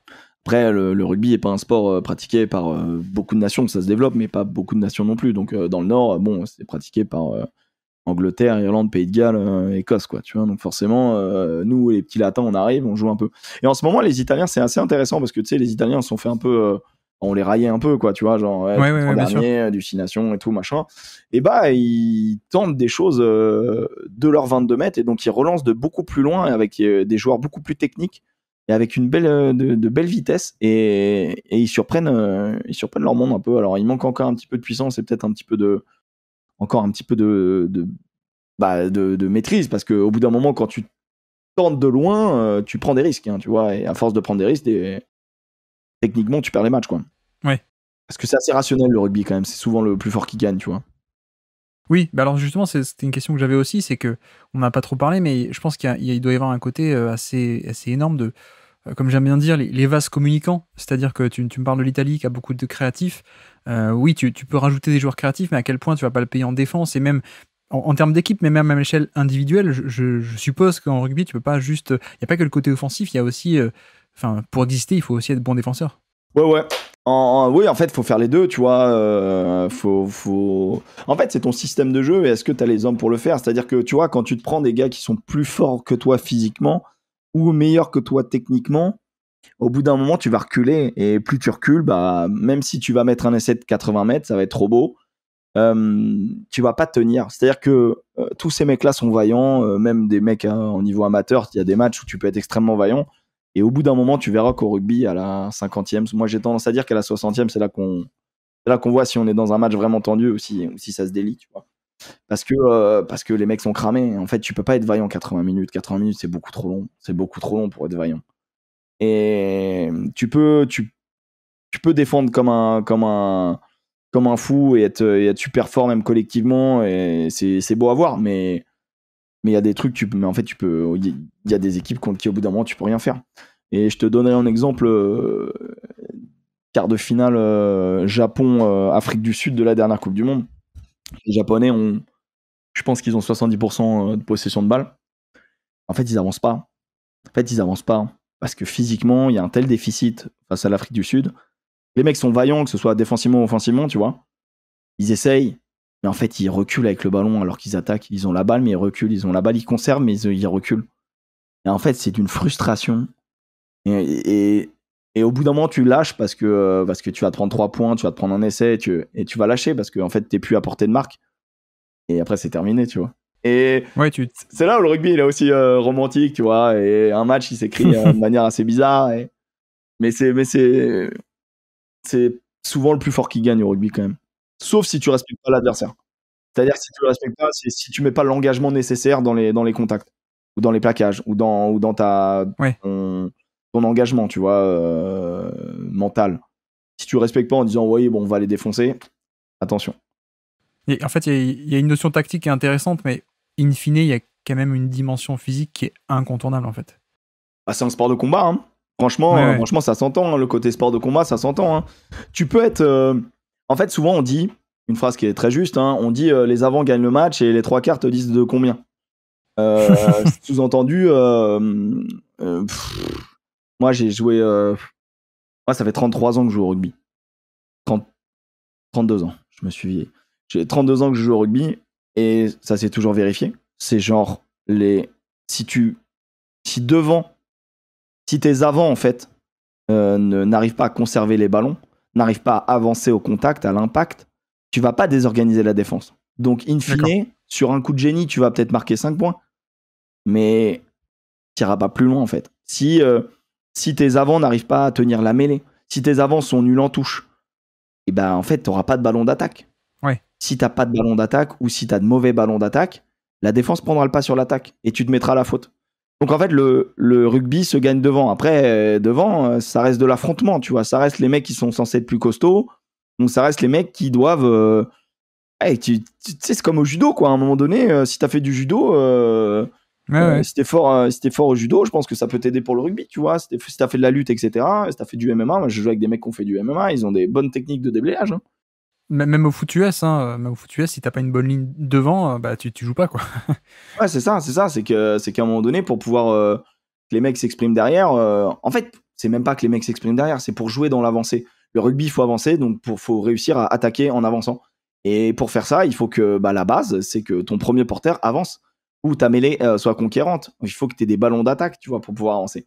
Et si tu te fais dominer physiquement sur des plaquages, dominer physiquement sur des regroupements, tu vois, les petits regroupements où les mecs ils prennent le ballon, bah, ça n'existe pas, quoi. Donc, ça rejoint aussi une question que je voulais aborder, mais tu as commencé à y répondre. Mais si on devait essayer de dégager peut-être une hiérarchie des postes, quels sont les postes les plus importants dans une construction d'équipe ou les plus impactants, peut-être qu'on ressort le 9 ou la charnière et les avants au-dessus de tout le reste. Alors en tant que 3/4, je peux pas te dire ça. Ouais, c'est compliqué parce que... En fait, c'est compliqué parce que là, tu touches aux valeurs du rugby, tu vois, mon ami. Attends, qui sont les joueurs les mieux payés, alors, on va dire? Mais tu sais que ça dépend. Hein. Les ailiers, souvent les marqueurs. D'accord, ok. C'est souvent les ailiers. Après, ça peut arriver que ce soit... Après, au rugby, tu sais, les mieux payés, c'est aussi un peu les petites stars, quoi. Les talentueux, ouais. Ouais, c'est un peu les talentueux, ou les mecs qui ont une gueule, ou les mecs qui sont plus vaillants que les autres. Tu sais, ça peut être un peu désarmant et tout, mais bon, c'est vrai que souvent, c'est les ailiers. Hein. Souvent, c'est les ailiers parce que c'est eux qui marquent, c'est eux qui font des belles photos, puis tu sais, les ailiers, ils ont le temps de se recoiffer, ils sont beaux gosses, quoi. Bah, parce que la création de décalage et la création de jeu, finalement, ça a aussi une valeur qui est peut-être plus rare. C'est peut-être aussi comme ça qu'on l'explique au niveau de l'importance, je sais pas, mais au niveau des salaires. Mais parce que tu disais, t'as besoin d'avoir des avants pour si tu veux jouer. Et est-ce qu'à contrario, il y a aussi la contraposée de, en même temps, si t'as que des avants et personne qui crée le jeu quand il faut, tu stagnes aussi peut-être un peu, non? Bah, c'est possible, hein. Tu peux avoir que des brutes, hein. Je pense que y a des équipes qui sont qui ont pas trop de qui ont que des besogneux et qui ont pas trop spécialement de talent ou de vitesse, hein, D'accord. ou peu, tu vois, ou peu. Il y en a, hein, tu vas voir à la Coupe du Monde, je pense que les Roumains, on va rigoler, hein, mais ouais, Tu peux gagner en étant compact et fort, quoi, en fait. à faible niveau, oui. Ouais, ok. À haut niveau, c'est pas possible. C'est pas possible. À haut niveau, il faut des match-up. Il faut des différences, soit de physique, soit de vitesse, soit d'intelligence, tu vois, enfin de QI rugby, tu vois. Ouais. Il faut trouver un moment donné où tu vas avoir l'avantage sur l'autre. Parce que t'es 15 en fait sur le terrain, donc tu vois, mine de rien, il y a du monde pour attraper des erreurs, tu vois. Et mine de rien, 15 mecs assez balèzes, bah ça prend de la place sur un terrain, donc t'as peu d'espace. Donc c'est pour ça qu'il faut des créateurs. Et d'ailleurs, je crois que si je dis pas de bêtises, au niveau du palmarès des meilleurs joueurs du monde, il y a une assez grande diversité de postes en fait. Contrairement par exemple au foot où on a beaucoup de buteurs ballon d'or, il me semble qu'il y a pas mal de postes différents qui sont récompensés sur ce meilleur joueur du monde. Alors c'est arrivé tard, hein, ça quand même. Puis c'est pas encore... c'est pas... En fait, le rugby est pas hyper chaud sur ce genre de récompense individuelle. D'accord. Parce Okay. que... mais en effet, non, mais t'as raison. T'as raison, en l'occurrence, ça va à la fois d'un avant, d'un trois quarts, un talonneur, y a eu, du sautoir l'a été, non? Ouais, du sautoir l'a été, Galtier l'a été, Antoine Dupont l'a été, donc c'est le troisième. Donc là, on a en l'occurrence du sautoir pour son abattage défensif, par exemple, tu vois. Ouais. Démonstration, un mec qui a fait 42 plaquages en un match, c'est monstrueux. C'est même pas monstrueux, c'est inhumain. En fait, en gros, un mec qui fait un bon match, il fait 23 plaquages, quoi, tu vois. D'accord. C'est vraiment, waouh, putain, il s'est envoyé, tu vois. Waouh, ouais. Il fait 23, 25 plaquages, 27, 42. Voilà, pour de la blague. Voilà. Donc voilà, ça te place un homme, quoi. De toute façon, c'est un monsieur. C'est vraiment c'est un papa, quoi. Il est trop fort. Mais voilà, t'as souvent des 10, ça arrive d'avoir des 10, des 9, mais t'as aussi des talons, t'as aussi... mais il n'y a pas eu assez de meilleurs joueurs du monde, hein, je crois. Je regarde depuis 2001. Et tu vois, le premier, c'est un talonneur. C'est quoi, c'est l'anglais, non Kingswood, irlandais. Kingswood, ouais. Tu vois, le premier, c'est un talonneur, mais après, il y a pas mal de demi d'ouverture. Il y a Wilco qui l'a été, Dan Carter, normal. Des ailiers quand même, parce que ça plante. Shane Williams, bien évidemment, quel joueur. Mais bref. Ah ouais, il y a un peu de tout. Putain, Carter, il l'a eu 3 fois. Dan Carter, ouais.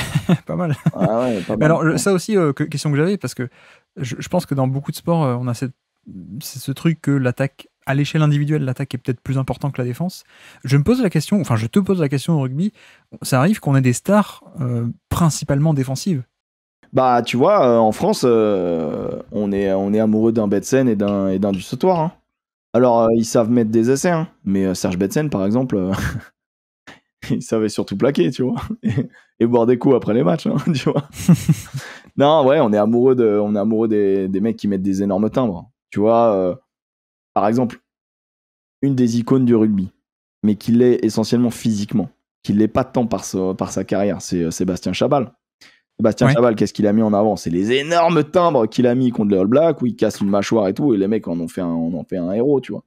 Après, il était bien taillé, tu vois, c'est comme... il y avait une bonne barbe, caveman, il y avait tout un lore derrière, toute une histoire à raconter. Là, il y avait un marketing avec la Coupe du Monde qui arrivait. Ouais, et il y avait full marketing sur lui. Mais alors, c'est intéressant le cas de Chabal, c'est pourquoi est-ce que, justement, qu'est-ce qui faisait que c'était pas le meilleur joueur du monde, malgré ce côté très physique ou des actions flashy, alors? Et il jouait pas, surtout. Faut se rendre compte qu'il était pas titu dans les endroits où il jouait, le mec. Oui, mais alors pourquoi il jouait pas? Qu'est-ce qu'il avait de moins dans le jeu que d'autres, peut-être, alors? Ben parce que je pense que j'étais moins à l'étude, on va dire, à cette période-là, tu vois. Mais quand je pense à Chabal, je pense qu'il se mettait pas mal à la faute. Oui. Tu sais, les joueurs qui te coûtent des points, c'est pas des joueurs que t'alignes trop souvent. Hein. D'accord. Okay. Je me demande si physiquement il arrivait à tenir ce rythme-là très longtemps. Il y a ça aussi, hein. Être capable d'être lucide très longtemps. Et surtout quand ton boulot, c'est tu plaques, tu te relèves, tu pousses un mec, tu te relèves, tu portes la balle, tu te prends un gros placard, tu te relèves. Et au bout d'un moment, ta lucidité, c'est pas faire une métaphore avec la boxe, mais tu vois, tu t'en prends un coup quand même. Hein. Ouais. Donc, est-ce que tu es capable de faire ça? Et moi, je pense que Chabal, il était très fort, mais il était un peu moins fort que le niveau international. Ouais. Donc il y a le physique qui est ultra important, mais il y a tout un tas, on va dire, de... Et lui, il avait un physique hors norme. Ouais, mais il y a aussi tout un tas de qualités invisibles, peut-être on peut les appeler comme ça, de lucidité, intelligence de jeu, ou ce genre de choses qui peuvent déterminer que deux joueurs avec deux physiques extraordinaires, il y en a un qui peut être un bon joueur et l'autre un joueur d'élite.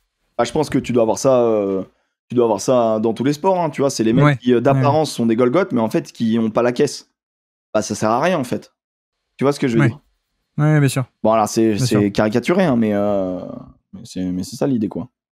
Et alors, par exemple, si on revient dans le un plus positif, du coup, pourquoi Antoine Dupont, c'est le meilleur joueur du monde? Tu as commencé un peu à nous le dire parce qu'il fait plein de choses, mais est-ce que c'est vraiment une question juste de physique? Est-ce que c'est polyvalence? Est-ce que dans la tête, il a un cerveau, un truc d'analyse mieux que les autres? Qu'est-ce qui fait que, par rapport à le numéro 9 moyen du championnat de France, par exemple, qu'est-ce qui sépare Antoine Dupont du 9 moyen? C'est pas où commencer. En fait, ce qui est incroyable avec ce joueur, c'est qu'en fait, il remplit toutes les cases de qualité physique, déjà, premièrement. Ouais. Il est tonique, il a des capacités de crochet, de vivacité et beaucoup de jus, tu vois, très, très juteux au niveau des jambes. Ouais. Il rebondit, il est galbédio, mine de rien, c'est un petit taureau, il est assez musclé, tu vois, il a un coup, bon, on fait pas la différence entre ses oreilles et ses épaules. Il a un centre de gravité très bas, donc il rebondit, c'est un excellent défenseur. Il lit très bien le jeu. Il a bossé son pied gauche, c'est-à-dire que maintenant, c'est un artilleur pied droit, pied gauche.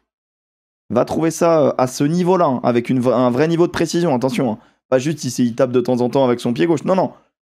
Il peut taper des deux pieds, il sauve des solutions. Et à côté de ça, le QI rugby. En fait, ce mec, et dis-toi que par exemple, pour sa vitesse, au niveau de l'équipe de France, je vais prendre, il fait partie des plus rapides. D'accord, ok. Et plus rapides. Il y a des joueurs très rapides. Hein. Il fait partie des plus rapides. En fait, c'est ça. C'est que le mec, il a tout. Il a une lecture de jeu. Il a une capacité de créer le danger et de se sortir du danger qui est phénoménal. Et en plus, il bosse. Donc, tu vois, il avait pas son pied gauche avant. Hein. Il l'avait pas. Hein. Il était pas si fort que ça au pied. Hein. Moi, pendant des années, pas des années, tu vois, mais pendant quelques années, j'étais en mode, ok, mais dans son organisation de jeu, je le trouve pas phénoménal, tu vois, dans sa manière d'organiser. Ouais. Bah, il a progressé de ouf. Ouais. Ou moi, j'étais aveugle, l'un ou l'autre. Hein. C'est peut-être moi qui étais aveugle, tout simplement. Hein. Parce qu'il a peut-être toujours été super, mais en fait, il faisait des différences. Il était très, très fort. Il s'est blessé aussi. Le fait de se blesser, peut-être que ça l'a consolidé, tu vois. Il s'est dit, ok, mais je reviens, mais alors il faut que je fasse gaffe, tu vois. Il faut que, si je reviens, il faut que je consolide tel truc. Peut-être qu'il faisait mal des trucs avant, donc du coup, il les fait mieux maintenant. Et puis bon, après c'est un truc qui est propre à tous les champions, mais il y a les champions d'exception. Lui, je pense qu'il a la gagne en lui, tu vois. Ouais. Et voilà, mais je sais pas si j'arrive à décrire, tu vois. En gros, techniquement, il a toute la palette. Et mentalement, il va plus vite que les autres. C'est des mecs qui sont plus forts, tu vois. Ouais. Non, mais tu dis qu'il y a un truc d'intelligence de jeu au-dessus de la moyenne, d'éthique de travail, etc. Mais même à la base de ça, peut-être le plus important ou un des plus importants, il y a un profil physique anormal. C'est ça aussi, quoi. Il y a un profil physique il est un peu plus costaud qu'un œuf de base. Il est un peu plus rapide qu'un œuf de base. D'accord. Tu vois, c'est... Ouais, c'est pas normal, quoi. Je sais pas si c'est pas normal, ça peut, tu vois. Il y a des mecs qui ont... Il y a des neufs qui ont... J'essaie de voir s'il y a pas des neufs qui ont ce physique-là, tu vois, qui sont un peu comme ça, mais... Je sais pas trop, je sais pas. Après, il fait petit, mais je sais pas s'il est si petit que ça, hein, je suis pas sûr. Ouais. Je suis pas sûr. Il est 1,74, ouais, si, c'est pas très grand, en termes de sport. C'est une taille correcte, hein, bien évidemment. Moi, je suis en 73. Mais... non, mais tu vois, mais je sais pas, il est... En face, il a des mecs de 2m6, etc. Il a une vraie capacité à aussi. Il est fort. En fait, non, il a offensivement, défensivement, il est très bon. Et souvent, les neufs, ils sont bons défensivement quand même. Tu vois, ils s'envoient. C'est des petits hargneux qui sont derrière les gros et qui doivent quand même à un moment donné montrer que on peut les suivre à la guerre, quoi. Ouais. Donc, ouais, je saurais pas te dire... en plus en détail que ça, tu vois, mais oui. Il a tout, quoi. Il a tout. Ouais, en fait, il a un peu tout. Il a un très bon raffut. Je te dis, il a cette capacité à avoir des faibles séquences de pied, tu vois, qui lui permettent de changer de direction, d'éviter un plaquage, de sortir un tout petit peu d'un plaquage, de rester debout, de passer les bras. Il a beaucoup, beaucoup de choses. Et en fait, un joueur qui allie tout ça, bah, c'est quand même assez rare, quoi. Donc pourquoi c'est le meilleur joueur du monde? C'est le meilleur joueur du monde pour tout ça, pour cette lecture-là. Et parce qu'il mange le ballon aussi. Il a faim du ballon et il est tout le temps en soutien. Il a une très bonne lecture. Il fait. Bah après, c'est pas le seul à le faire, hein, mais tu vois, il fait des courses souvent. Il est au soutien à l'intérieur, machin. Donc on le voit marquer des essais parce il colle au ballon. Mais c'est des lectures, par exemple, quand t'annonces une combinaison et tu sais que ça va normalement transpercer la première ligne, tu peux d'ores et déjà gagner du terrain en avançant. Parce que tu sais que les gars derrière vont avancer. Tu sais où ils vont avancer. En gros, lui, il a ce qu'on appelle, bah voilà, il vole la ligne, quoi. Donc en gros, il arrive à avancer avant et pour être le plus prompt à être au ballon. Ouais. Si j'étais clair, mais en gros, il anticipe. Ouais. Il anticipe parce qu'il sait ce que les autres vont faire. C'est pas le seul à faire, hein. Il y a beaucoup de neufs dans le monde qui le font, mais lui, on en a fait toutes des caisses en mode oh, il est trop fort à faire ça. Oui, bon, ils le font tous, sauf que lui, derrière, il est en capacité, une fois qu'il a le ballon, d'accélérer comme un âne, quoi. C'est ça le truc. D'accord, ouais, je vois. C'est vraiment le package complet. Ouais.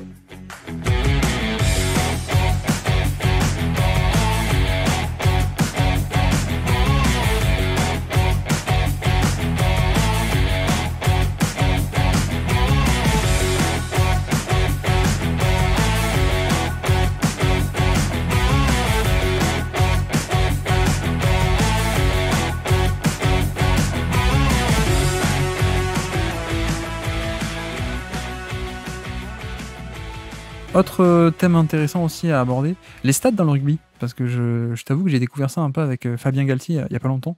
Je pensais pas que les stats étaient autant présentes. D'ailleurs, je peux te poser la question, où est-ce qu'on en est un peu des stats dans le rugby? Est-ce que notamment au niveau pro, tous les clubs s'y sont mis, ces fameuses datas, où est-ce qu'on en est un peu?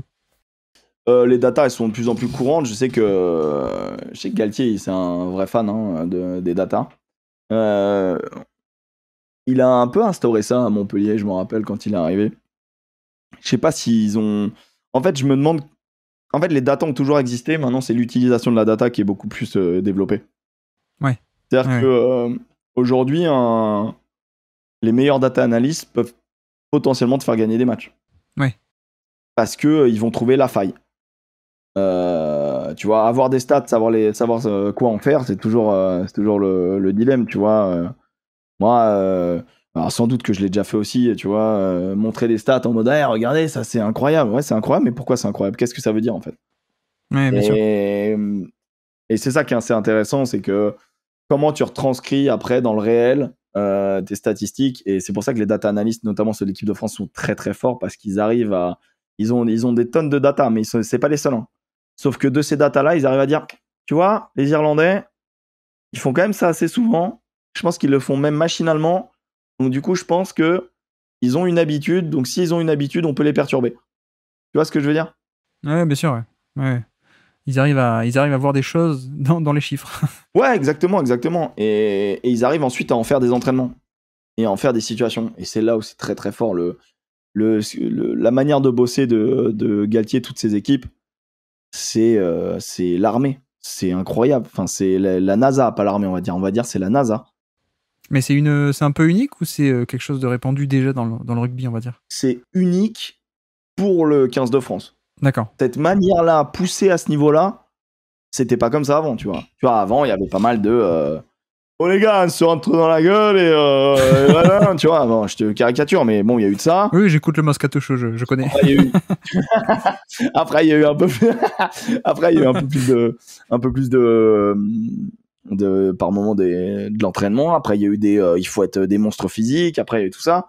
Là, tout est pensé par le jeu, tout est pensé par rapport aux séquences qui vont vivre dans le match. En fait, là, l'équipe de France arrive à simuler le nombre de mêlées, à peu près à quel endroit ils vont être, le nombre de touches, le nombre de lancements de jeu, ballon offensif, ballon défensif qu'ils vont avoir contre, par exemple, là, ils vont jouer l'Écosse, tu vois. Voilà, vous allez jouer tant de mêlées, tant de trucs, tant de ça. Donc, on va bosser. Tant de mêlées, tant de touches, tant de ça. Ils arrivent à voir l'avenir. c'est assez incroyable. C'est-à-dire qu'ils arrivent à savoir les séquences qu'ils vont vivre. Et donc, du coup, en entraînement, ils travaillent ces séquences-là en leur mettant des thématiques. Tu vois, admettons, bah là, il reste 5 minutes, vous perdez de 4 points. Qu'est-ce que vous faites?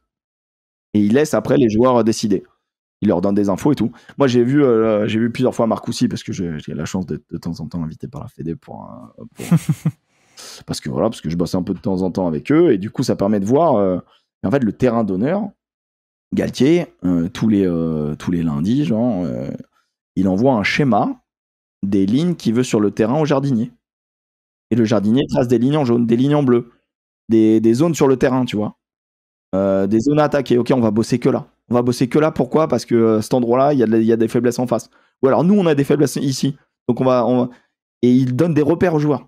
Et ce qui fait que quand ils arrivent le dimanche ou le samedi, tu vois, pour le match, ils ont déjà vécu ces trucs-là. Ouais. Et ils bossent comme ça depuis qu'il est arrivé. Je sais pas si ça va les amener au bout, tu vois.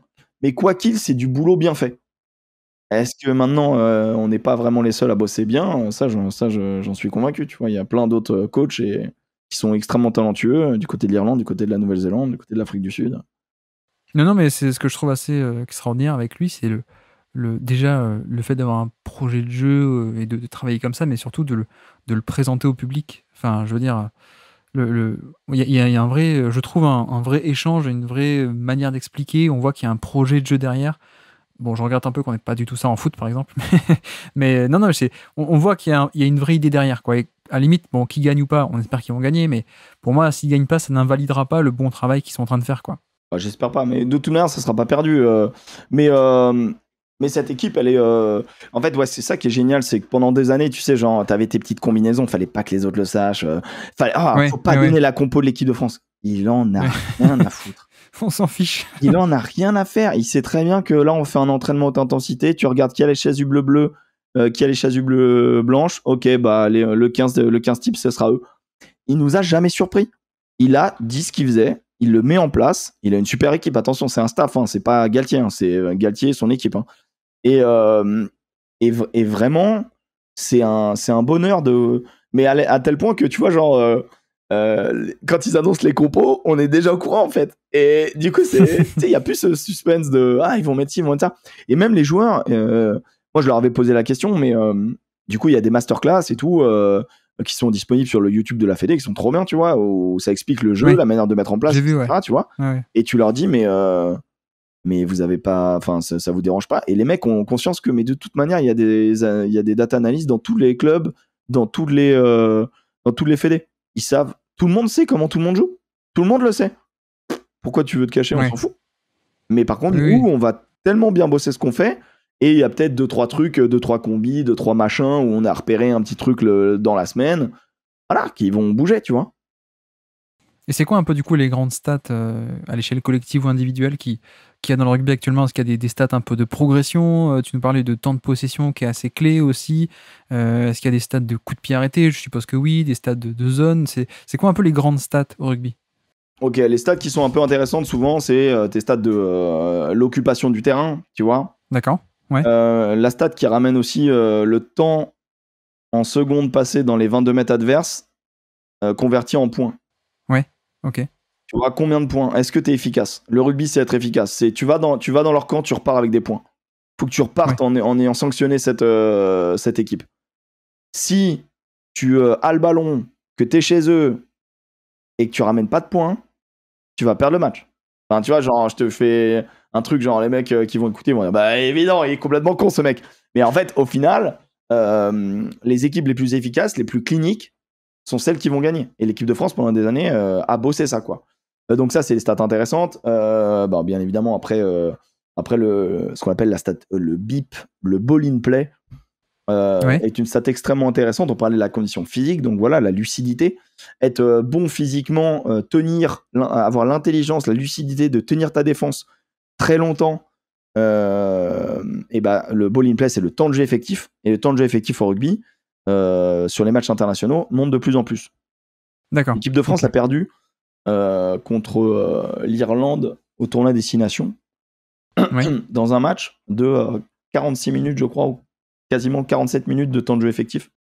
faut savoir qu'un match, par exemple, de top 14, un bon match de top 14, ça peut faire entre 32-36 minutes de temps de jeu effectif. Sur 80, quoi. Sur 80, ouais. Où le ballon est vivant, quoi, tu vois. Un match international, c'est aux alentours de 40-42. 46 minutes, c'est beaucoup. D'accord. En fait, c'est vraiment impressionnant, quoi, tu vois. Et du coup, là, ils annoncent comme quoi ça va être la Coupe du Monde avec le plus de temps de jeu effectif. Donc, en fait, je sais que l'équipe de France, par exemple, s'entraîne physiquement à 120% de ce qu'ils sont capables de faire. Parce qu'ils estiment qu'il va y avoir beaucoup de temps de jeu effectif. Et les équipes vont nous jouer en mettant beaucoup de temps de jeu effectif en face de nous. Beaucoup de temps de jeu, ils vont essayer de tenir la balle, conserver la balle. Ils savent qu'on a une bonne défense, il faut nous faire craquer. Et donc, du coup, il faut répéter les efforts. Et en gros, c'est une sorte de guerre de nerfs, guerre physique à celui qui, au bout d'un moment, va lâcher, va faire la faute, va pas avoir la lucidité d'avoir le bon placement, le bon plaquage. Et va prendre, je sais pas, un jaune, une pénalité, un rouge. Se laisser l'espace. Voilà, c'est ça qui va être intéressant. Et donc, ça, c'est une stat qui est hyper importante dans le rugby moderne. Après, bon, t'as les stats classiques de joueurs individuels, tu vois, le nombre de plaquages, plaquages réussis, plaquages ratés, le nombre de ballons qui touchent, le nombre de... Alors, moi, c'est une stat que je déteste, ça, par exemple, c'est le nombre de mètres parcourus avec la balle. Ouais, toi, t'aimes pas ça. En fait, celle-là, je la déteste parce qu'ils comptabilisent par exemple, tu vois, quand tu tapes un coup de pied au loin, bah, le mec, le temps qu'il retrouve la ligne défensive, même s'il a beaucoup avancé, bah, il a fait 40 mètres, quoi, tu vois. Ah oui, il faudrait faire une stat plus précise de les mètres réels, quoi. Il faudrait faire les mètres gagnés. Tu vois, par exemple, par rapport à, comme je t'ai dit, un regroupement, la ligne d'avantage. Donc, est-ce que tu gagnes des mètres ou est-ce que tu perds des mètres une fois que tu as le ballon? C'est ça qui serait intéressant. Et ça, je pense que certains clubs l'ont, non? Je pense que tu peux l'avoir. Tu peux l'avoir parce que maintenant, ils ont tous, depuis des années, ils ont des GPS dans le dos qui calculent tout. Même l'impact, tu vois. En fait, tu arrives à savoir avec les GPS dans le dos si le mec il plaque, il s'envoie ou s'il plaque tranquille. Petite caresse. Il calcule les forces d'impact, carrément.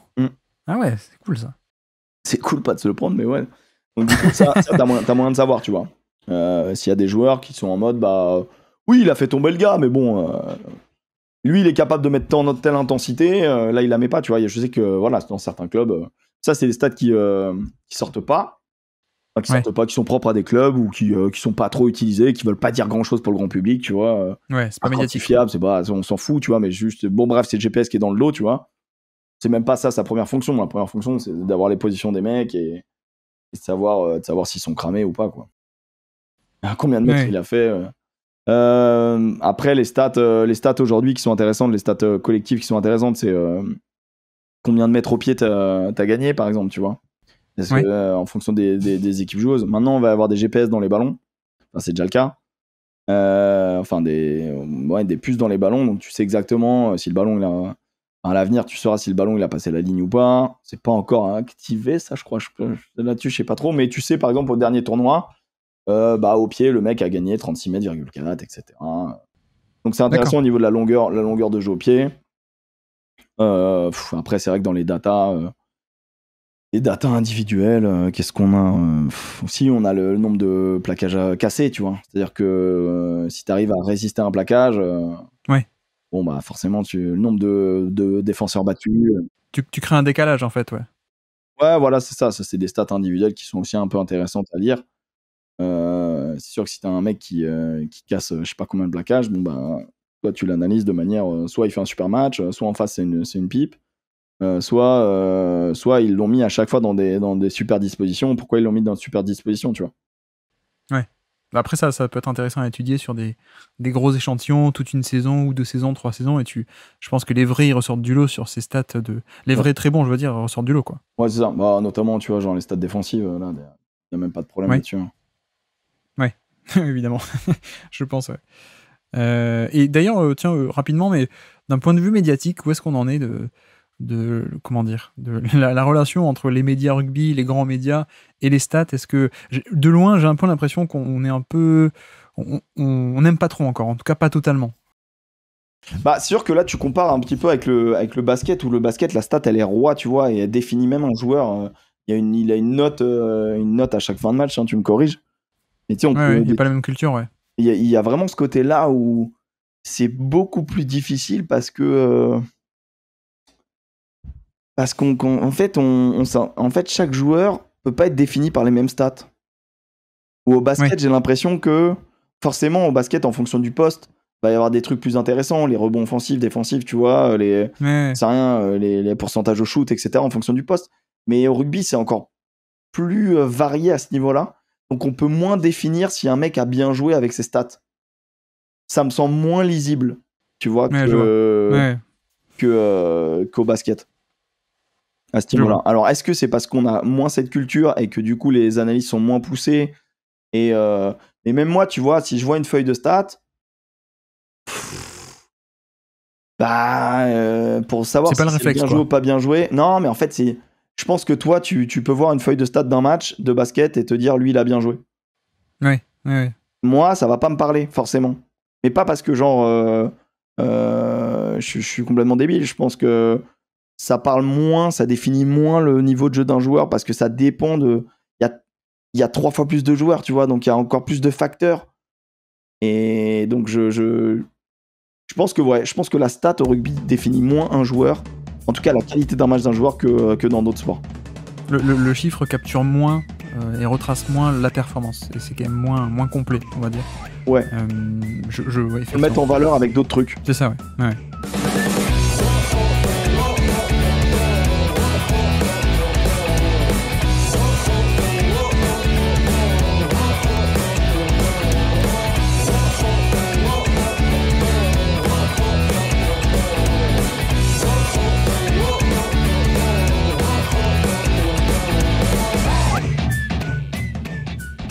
Tiens, pour finir, si on sort un peu de l'aspect tactique, un peu plutôt sur le côté développement rugby, parce que si j'en profite, puisque je parle pas souvent à des gens de rugby sur le podcast, mais sur le développement du sport en lui-même, où est-ce qu'on en est de l'exposition du rugby un peu à l'international au niveau du nombre de pays? Là, il y a la Coupe du Monde qui arrive. Comment est-ce que ça se développe? Hors antenne, là, tu me parlais de certaines ligues dans d'autres pays même qui sont en train de se créer.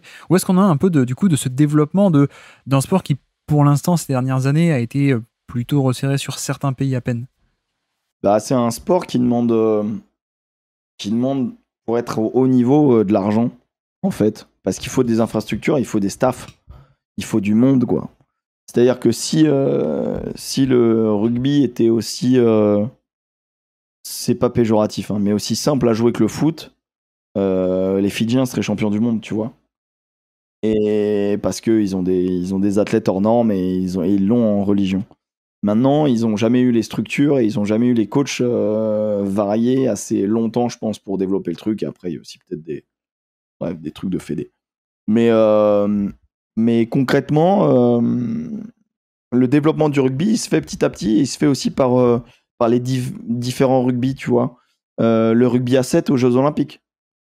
Le rugby à 5, qui est mixte. Et t'as du rugby sans contact. En gros, t'as bien évidemment le rugby à 13, mais qui est une autre forme du rugby, qui est pour certains la seule forme de rugby. Il y a un vrai duel 15-13 dans lequel je rentrerai pas, bien évidemment. Mais je pense que tu vois, le rugby à 7 avec les Jeux Olympiques, ça offre une vraie possibilité à des pays un peu plus petits de développer leurs joueurs de 7. Et le rugby à 7, en fait, développe énormément de caractéristiques pour qu'un jour un mec joue à 15, tu vois, par exemple. Tu peux passer du 7 à 15, tu peux passer du 15 au 7, mais c'est plus complexe. En vrai, bref. Je rentre pas non plus dans ce débat. Mais en gros, ce qui est compliqué avec le rugby, c'est qu'il faut trouver 15 gars, quoi. Il faut trouver 23 gars, en fait. Donc pour entraîner 23 gars, il faut trouver 40 gars, en fait. Tu vois, c'est ça la grosse difficulté du rugby pendant des années. Et est-ce que, du coup, on arrive à le développer? Je pense que c'est l'un des sports qui est énormément regardé en France, tu vois, mais où il y a peu de licenciés. Après, c'est un sport qui fait peur. Il y a malheureusement eu des morts, même des jeunes, sur les terrains, tu vois. Et ça, on peut pas l'enlever faut faire évoluer les règles, parce que sinon, notamment la zone de plaquage qui se fait... et ça évolue, hein, tu vois. Moi, à mon niveau, par exemple, t'as plus le droit de plaquer au-dessus du nombril. Tu vois. C'est-à-dire, tu peux plus plaquer le haut du corps. Genre les pecs, tu plaques plus. Tu peux plus plaquer pour bloquer la balle. Et ça a été la grande mode pendant un moment, des gros plaquages de ouf, en mode juste sous les épaules. En fait, le truc, c'est que si tu donnes la limite au niveau des épaules, forcément, ça va glisser, ça va aller dans la gueule, tu vois. Ouais, Si tu donnes la bien limite sûr. au nombril, bon, si ça glisse, ça va dans les pecs, c'est pas trop grave. En gros, c'est ça, quoi. C'est un peu, il y a des évolutions de règles qui vont faire. Alors, il y en a qui vont dire, bah, c'est plus du rugby, mais c'est sûr qu'avant, ils se plantaient comme des carottes et il n'y avait pas de problème. Le mec finissait tétra, mais bon, on s'en foutait, on s'était bien marré. Aujourd'hui, ça a un peu évolué, quoi. Le truc, c'est qu'avant, les mecs se mettaient des plaquages de ouf, mais ils allaient moins vite, ils étaient moins gros, ils étaient, tu vois. Aujourd'hui, on sait s'entraîner, quoi. Donc, un mec de 20 ans, un mec de 18 ans, il est plus galbé je sais pas, il a plus de méthodes d'entraînement que les mecs d'il y a 10 ans, quoi, tu vois. Oui, tu veux dire qu'à l'époque, tu te prenais un mec de 120 kg dans la gueule, mais qui allait pas très vite. Aujourd'hui, si tu te le prends à Ouais. 20 km/h plus rapide, ça fait une plus grande force, quoi. Bah ouais, c'est un impact qui est différent, quoi. Donc Ouais. il y a plein de choses qui font que le rugby met du temps à se développer. Euh, il faut des terrains, tu vois, il faut des joueurs et tout. Donc c'est pour ça c'est pour ça que je dis que ça demande de l'oseille, ça demande des infrastructures, tu vois. C'est pour ça que mondialement, il y a de plus en plus de monde, mais ça va mettre du temps. Ça va mettre du temps. Maintenant, il y a Et alors, qui a de l'oseille pour faire ça? les États-Unis, par exemple, tu vois, les États-Unis vont récupérer la prochaine Coupe du Monde, donc la Coupe du Monde en France 2023. Ouais. 2027, pardon, Coupe du Monde en Australie, et 2031, Coupe du Monde aux États-Unis. En fait, les USA, en fait, World Rugby, ils sont pas idiots. Ils se disent, bon, on a développé un peu le marché japonais. Les Chinois ont l'air de s'en foutre un peu du rugby. Où est-ce qu'il y a du monde où ils aiment bien les sports de contact qui ressemblent un peu à du rugby? Boum, les USA. Bon, les USA, ça vous intéresse le rugby? Oui. Ok, bon, très bien. On va développer ça. Ah, je te la fais courte, mais c'est un peu ça. Et le rugby a mine de rien une très belle image mondialement, économiquement, pas économiquement, mais je veux dire en entreprise, tu vois, que ce soit un peu partout dans le monde, tu vois, les fameuses valeurs, machin, hein, la solidarité, le truc. Les valeurs de l'Ovalie. Les valeurs de l'Ovalie, bien sûr, même qui sont, je pense, réelles, hein, tu vois, genre il y a des. Ouais, bien Moi, sûr. c'était une vraie éducation, je trouve. Enfin, ça a des beaux messages, tu vois, un peu utopiques, mais des beaux messages qu'il faut essayer de tenir. Mais donc du coup, le rugby va se développer, notamment les USA. Les USA qui ont leur ligue depuis un petit moment, ils ont fait venir notamment un mec comme Bastaro. Malheureusement, il y a eu le Covid, donc tu vois, genre. Ah oui. Ils ont essayé d'un peu de ramener des mecs un peu connus. Maintenant, ils développent leur ligue. Le problème, c'est qu'ils sont pas qualifiés pour la Coupe du Monde, ça la fout mal. C'est les Portugais qui les ont éliminés. Enfin, ils ont eu plusieurs occasions pour se qualifier. Ils sont fait éliminer par le Chili, je sais plus, Chili, Uruguay et Portugal, je crois. Donc au bout d'un moment, bon les gars, vous avez eu 3 chances pour vous qualifier, arrêtez vos conneries, quoi. Pour ça qu'il a voulu dans la Coupe du Monde pour être sûr d'être qualifié. Ouais, je te jure, c'est l'idée. Non, mais ils ont déjà fait des Coupes du Monde en plus, les Américains, mais ouais, là c'est dommage, hein. Les Américains, tu vois, il y a eu 10 Coupes du Monde en tout, ils étaient là à la première, hein. Ah ouais. Donc la toute première Coupe du Monde, c'était en 87, ils étaient là, hein. Donc ils ont fait 8 Coupes du Monde sur 10. Là, et qu'ils la ratent, c'est quand même un cataclysme, hein, tu vois. D'accord, ok. Ils ont raté 95 en Afrique du Sud, et maintenant. Donc honnêtement, non, là, ça a gueulé un peu au niveau des États-Unis. Mais t'as aussi là, on a appris ça aujourd'hui ou hier, comme quoi l'Arabie Saoudite serait intéressée pour 2035, tu vois, pour la Coupe du Monde d'après les États-Unis. Alors que on avait Italie, Angleterre et un autre pays qui s'était proposé, tu vois, pour organiser. Donc tu vois que même les pays du Golfe s'intéressent au rugby. Bon, après que l'Arabie Saoudite, après ils ont du temps, hein, mais actuellement l'Arabie Saoudite en termes de rugby c'est 0. Donc je sais même pas s'ils ont une équipe. Je pense qu'ils ont une équipe à 7, mais maximum, quoi, tu vois. Ouais, littéralement 7. Ils sont vraiment que 7. Mais bon, on sait jamais, tu vois, on sait jamais. Mais il y a du développement après, voilà, ça passe par les endroits où il y a de l'oseille. Et après, ça passe aussi sur petit à petit. Tu vois, en Europe, il y a le tiers 2 qui se développe. On dit le tiers 1, donc c'est un peu l'élite, c'est un peu le 6 nations, tu vois, les 6 grosses nations du Nord. T'as le tiers 2, donc avec l'Espagne, la Roumanie, la Géorgie surtout. Il y a toujours un gros débat, la Géorgie. La Géorgie, c'est un peu dur pour eux parce qu'en fait, ils sont dans un niveau d'entre-deux terrible. Ouais, ils pourraient presque être avec l'Italie, quoi. Ouais, il pourrait y avoir un niveau intermédiaire, tu vois. C'est-à-dire qu'ils sont ouais, sans doute au même niveau que l'Italie, etc. Donc voilà, t'as pas mal de pays qui se développent, il y a des compétitions qui se développent. Maintenant, économiquement, le Covid a fait très mal au rugby parce que c'est pas le foot, donc du coup, Du coup, c'est essentiellement les gens dans le stade qui payent tout. Et comme il n'y a pas eu de mecs dans les stades pendant quasiment 2 ans, tu vois, 1 an et demi, et enfin en tout cas une bonne grosse année, et du coup l'Afrique du Sud ça leur a fait mal. C'est pour ça qu'ils ont rejoint un championnat européen. Les Anglais là ils ont morflé, c'est-à-dire qu'ils ont eu la très très bonne idée de faire un championnat fermé, mais ils ont perdu économiquement tellement qu'il y a 3 de leurs clubs qui ont disparu, donc là ils font une ligue à 10, donc c'est catastrophique. Ouais, il y a des clubs historiques qui ont déposé le bilan. Il y a les clubs de Ligue 2, entre guillemets, on va dire Ligue 2, tu vois, de Premiership, ont décidé le club qui a gagné la 2e division anglaise, c'est Jersey, l'île de Jersey. Ouais. C'est pas une vanne, hein. Et ils ont décidé eux, ils ont dit non, nous on veut pas monter, on n'a pas les thunes. On veut rester en Ligue 2, quoi. Voilà. Donc bon, c'est il y a des clubs qui souffrent, mais moi j'ai bon espoir. Je pense que la Coupe du Monde ça peut redonner un peu d'allant, mais c'est sûr que actuellement le rugby c'est dur, hein. C'est quand même dur. Et c'est quoi la meilleure ligue du monde, du coup, actuellement, la meilleure compétition du monde? Est-ce que le rugby international est au-dessus du lot? Mais tu vois, par exemple, en foot, on dit que non, le foot de club est quand même meilleur que celui de nation. Est-ce qu'en rugby, le rugby de nation est plus important, ou est-ce que les clubs... Ouais, dis-moi. Non, le niveau international est d'un meilleur niveau que le niveau de club. Après, il y a certains clubs qui sont très solides, et il y a certains clubs qui sont proches de l'équipe nationale. Typiquement en Irlande... Le Leinster, typiquement, c'est une équipe... tu sais, les Irlandais, ils ont 4 provinces. Donc, en gros, à partir de ces 4 provinces, ils font leur équipe nationale. Bon, forcément, t'as quasiment un club, c'est ton pays. Non, le niveau international est au-dessus. Il y a des très grands clubs en France. Le top 14, c'est un super championnat. Même la Pro D2 en France, c'était un très bon niveau. Maintenant, le niveau international est au-dessus. Et oui, je sais qu'au foot, on dit genre la Ligue des Champions, des fois, c'est un meilleur niveau que genre la Coupe du Monde, quoi. Bon, au rugby, pas du tout. Ok. Après, ça dépend. Si tu vois Namibie-Uruguay, ça peut se défendre, tu vois, mais les vrais matchs, les vrais gros matchs, même un Géorgie-Fidji, je suis désolé, mais ça aura une intensité, ça aura un niveau de jeu supérieur à je sais pas, un match de championnat, un match de Champions Cup, tu vois. Oui, puis je pense que le rugby, il y a un nombre de matchs limité que tu peux faire dans une année. Et du coup, j'ai l'impression que tu passes plus de temps en sélection, tu travailles mieux, alors qu'en foot, tu as l'impression qu'ils sont de plus en plus de passages. Donc il y a moins de travail tactique, alors que le rugby, c'est un peu l'inverse, j'ai l'impression. Enfin, on travaille beaucoup avec Galtier, là, notamment. Tu vois que les mecs, ils bossent énormément le groupe et le côté tactique, quoi. Ouais, après, là, c'est une prépa Coupe du Monde, donc c'est un peu différent. Et puis même Galtier, il faut aussi...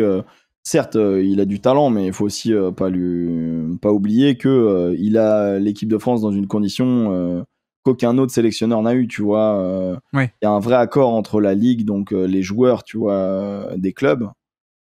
En gros, la fédération défraie énormément les clubs qui ont beaucoup d'internationaux pour permettre ce développement-là, pour libérer énormément de joueurs. C'est-à-dire que Galtier, il a demandé des listes de 42 joueurs. Avant, les mecs, ils avaient 33 joueurs, basta cosy, tu vois. Et encore. Ouais, bien sûr. Donc, en gros, là, ils peuvent vraiment travailler, ils peuvent vraiment créer des groupes, il est confort à ce niveau-là, tu vois. Après, il faut le talent derrière, il faut faire un bon staff, hein, mais voilà. Oui, il y a aussi une bonne génération, effectivement. ça joue aussi. Ouais, et puis, il y a des... Le rugby français vit bien, là. Pour le moment, on est bien, on a mangé du caca pendant un petit moment, et là on est très bien. On souhaite juste une Coupe du Monde et ça ira très bien. Les années 2010 c'était moins intéressante que là le début 2020, on va dire. Ouais, le 2012, 2020 là, c'était enfin 2019, c'était compliqué. Il y a eu 6-8 ans pas facile, et puis là c'est cool. En plus les U20 sont champions du monde pour la 3e fois consécutive. Oui. C'est régalade. Oui. C'est régalade, on est bien. Chez les filles, ça se développe fort, même si les Anglaises sont très fortes. Ça a failli créer l'exploit d'arriver en finale et voire peut-être de gagner la Coupe du Monde qui a eu lieu donc du coup en novembre dernier. Sur le rugby à 7, l'équipe de France féminine est quand même pas championne olympique, vice-championne olympique, tu vois. Ouais. Bon, c'était un bel exploit. Mais là, à Paris, nos 2 équipes masculines et féminines sont pas mal. Non, le rugby, que ce soit en jeune ou en... le rugby français, je vais dire, que ce soit en jeune, masculin comme féminin, ça se développe très bien. Et c'est une bonne chose. C'est une bonne chose, il faut que tout le monde puisse y jouer. Et c'est trop cool, en fait. C'est vraiment trop cool. Dernière question, qui n'est pas vraiment une question. Est-ce que tu as des recommandations à faire à nos auditeurs qui voudraient aller un peu plus loin dans la tactique? Des recommandations en dehors de, évidemment, le petit bureau, ta chaîne Twitch et le bureau ovale, bien sûr. Non, c'est ça. Franchement, je vous invite à aller voir les masterclass du 15 de France sur la chaîne YouTube France Rugby. C'est quand même assez incroyable. Il y a un vulgarisateur aussi qui est très coach dans l'âme, parce qu'il a été coach forcément. Ça s'appelle UP Rugby, qui est vraiment pas mal aussi dans des analyses. Et voilà, je pense que c'est l'essentiel sur vraiment de l'analyse vraiment stratégique, quoi, tu vois. Et après, ceux qui veulent avoir de la technique individuelle de rugby, il y a Rugby Performance, qui est vraiment un bon gars aussi. Je connais pas en vrai, mais qui fait des super trucs. Donc voilà, mais là, c'est les premiers qui me viennent. Et ceux qui veulent un peu plus du mainstream, venez un peu à la maison, ou Rivenzi aussi sur Twitch. C'est très très cool. Très, très, très belle personne. Et on attend pas mal de contenu d'ailleurs pour la Coupe du Monde, évidemment. Oh, si donc peu. Je pense qu'il y aura de quoi faire. Moi, j'avais aussi, je voulais quand même le dire, j'avais noté Squidge Rugby, je sais pas si tu connais. Ah ouais, bien sûr, le gallois. Ouais, je le trouve vraiment excellent aussi, lui, dans l'analyse tactique. Depuis que je le regarde, j'ai une vision différente du rugby, quoi. Ah, mais moi, je me suis dit que je parlais à des franco-français, mais si tu pactises dans vas-y, si t'en as d'autres. Non, mais Squidge Rugby, c'est super. Hein. C'est vraiment. Mais je te dis, Up Rugby, c'est un bon penchant en français de Squidge. Oui. Après, les deux se complètent bien, tu vois. Squidge est peut-être un peu plus fun, mais en vrai, les deux, tactiquement, stratégiquement, c'est top. C'est top. Et Squidge, oui, c'est juste en anglais, quoi. Alors, je dis gallois, je pense qu'il est gallois. Je sais pas s'il est gallois. Ah, tu mets le doute, ouais, je crois qu'il est gallois. Squidge, je l'appelle S-Q-U-I-D-G-E. Ça veut dire quelque chose, d'ailleurs, en rugby, Squidge, ou pas? Peut-être. Ok. J'ai pas l'info. On laisse le mystère. Ah oui, si, toute dernière question. Est-ce que cette fois, si on a prévu que si on finit deuxième de poule, on fait un match de légende, on peut le faire en France au moins pour une Coupe du Monde en France et qu'on n'aille pas péter à Cardiff? Est-ce que c'est prévu ça ou pas? Non, là, tous les matchs sont en France. C'est quoi? Parce que ça, c'était énorme, ça, quand même, le quart de finale des All Blacks contre les All Blacks en 2007 à Cardiff. Cardiff, ouais, c'était fou, match de fou. On pensait pas perdre contre l'Argentine. Ouais, c'est incroyable. Bah ouais, après, c'est les Argentins qui nous ont fait mal. Mais là, il y a pas une polémique, tu vois, mais en fait, ils ont fait le tirage au sort il y a très longtemps et le rugby mondial a énormément bougé. Ce qui fait qu'entre la poule A et la poule B, t'as les 5 premières nations mondiales. Et la poule C et la poule D, elle est catastrophique. Les Anglais, ils ont un niveau de jeu cata en ce moment. Les Argentins, je pense que ça va aller. Les Japonais, c'est cata, alors que c'était genre une super équipe en 2019, Coupe du Monde chez eux, ils sortent des poules. Premier, c'est un phénomène. Et puis là, le nouveau coach, il joue complètement à contre-courant. C'est catastrophique. On se fait rouler dessus. Hein. Et la poule C va être sympa parce que en gros, t'as plein d'équipes malades avec des équipes un peu plus faibles d'habituellement. Genre, en gros, t'as le Pays de Galles qui est malade, l'Australie qui est malade. Face aux Fidjiens et aux Géorgiens, il peut y avoir vraiment de belles surprises. Ça peut être une très très grande Coupe du Monde. Hein. Nous, on est dans la partie de tableau hyper compliquée, alors c'est ça? Exactement. Nous, en gros, ce qui se passe, c'est qu'on est dans la partie de tableau où on a donc la Nouvelle-Zélande en match d'ouverture le 8 septembre. Et donc, ça va être un match fou. Et à partir de ce match, si on finit premier ou deuxième, on affrontera en quart de finale soit l'Irlande, première nation mondiale, soit l'Afrique du Sud, quatrième nation mondiale, soit l'Écosse, cinquième nation mondiale. Autant te dire qu'il y a un monde où l'équipe de France sort en quart de finale de sa Coupe du Monde et c'est même pas honteux, mais ce sera dramatique, mais ce serait même pas honteux techniquement, quoi. C'est juste que le tirage au sort a été, entre guillemets, fait trop tôt. Et là, d'ailleurs, ils ont décidé de changer et de le faire un peu plus tard. Je te donne rendez-vous dans l'autre monde, alors, celui où on gagne la finale, du coup, plutôt. Tu veux dire ce monde-là, alors? Ouais, c'est ce monde-là, c'est ce monde-là que je veux, moi. Ah ben voilà, on se donne rendez-vous dans ce monde-là, alors, dans le futur. Dans le futur. Ouais, ça c'est 28 octobre, normalement, 27 octobre. Je sais plus, 27-28, voilà. On y sera. Mais en tout cas, merci beaucoup, Aymeric, d'être passé sur le basket là pour nous parler de rugby. Merci beaucoup. Bah, trop cool. Et écoute, c'est noté, j'écouterai Basket Lab jusqu'à la mort pour apprendre un maximum de trucs sur le basket.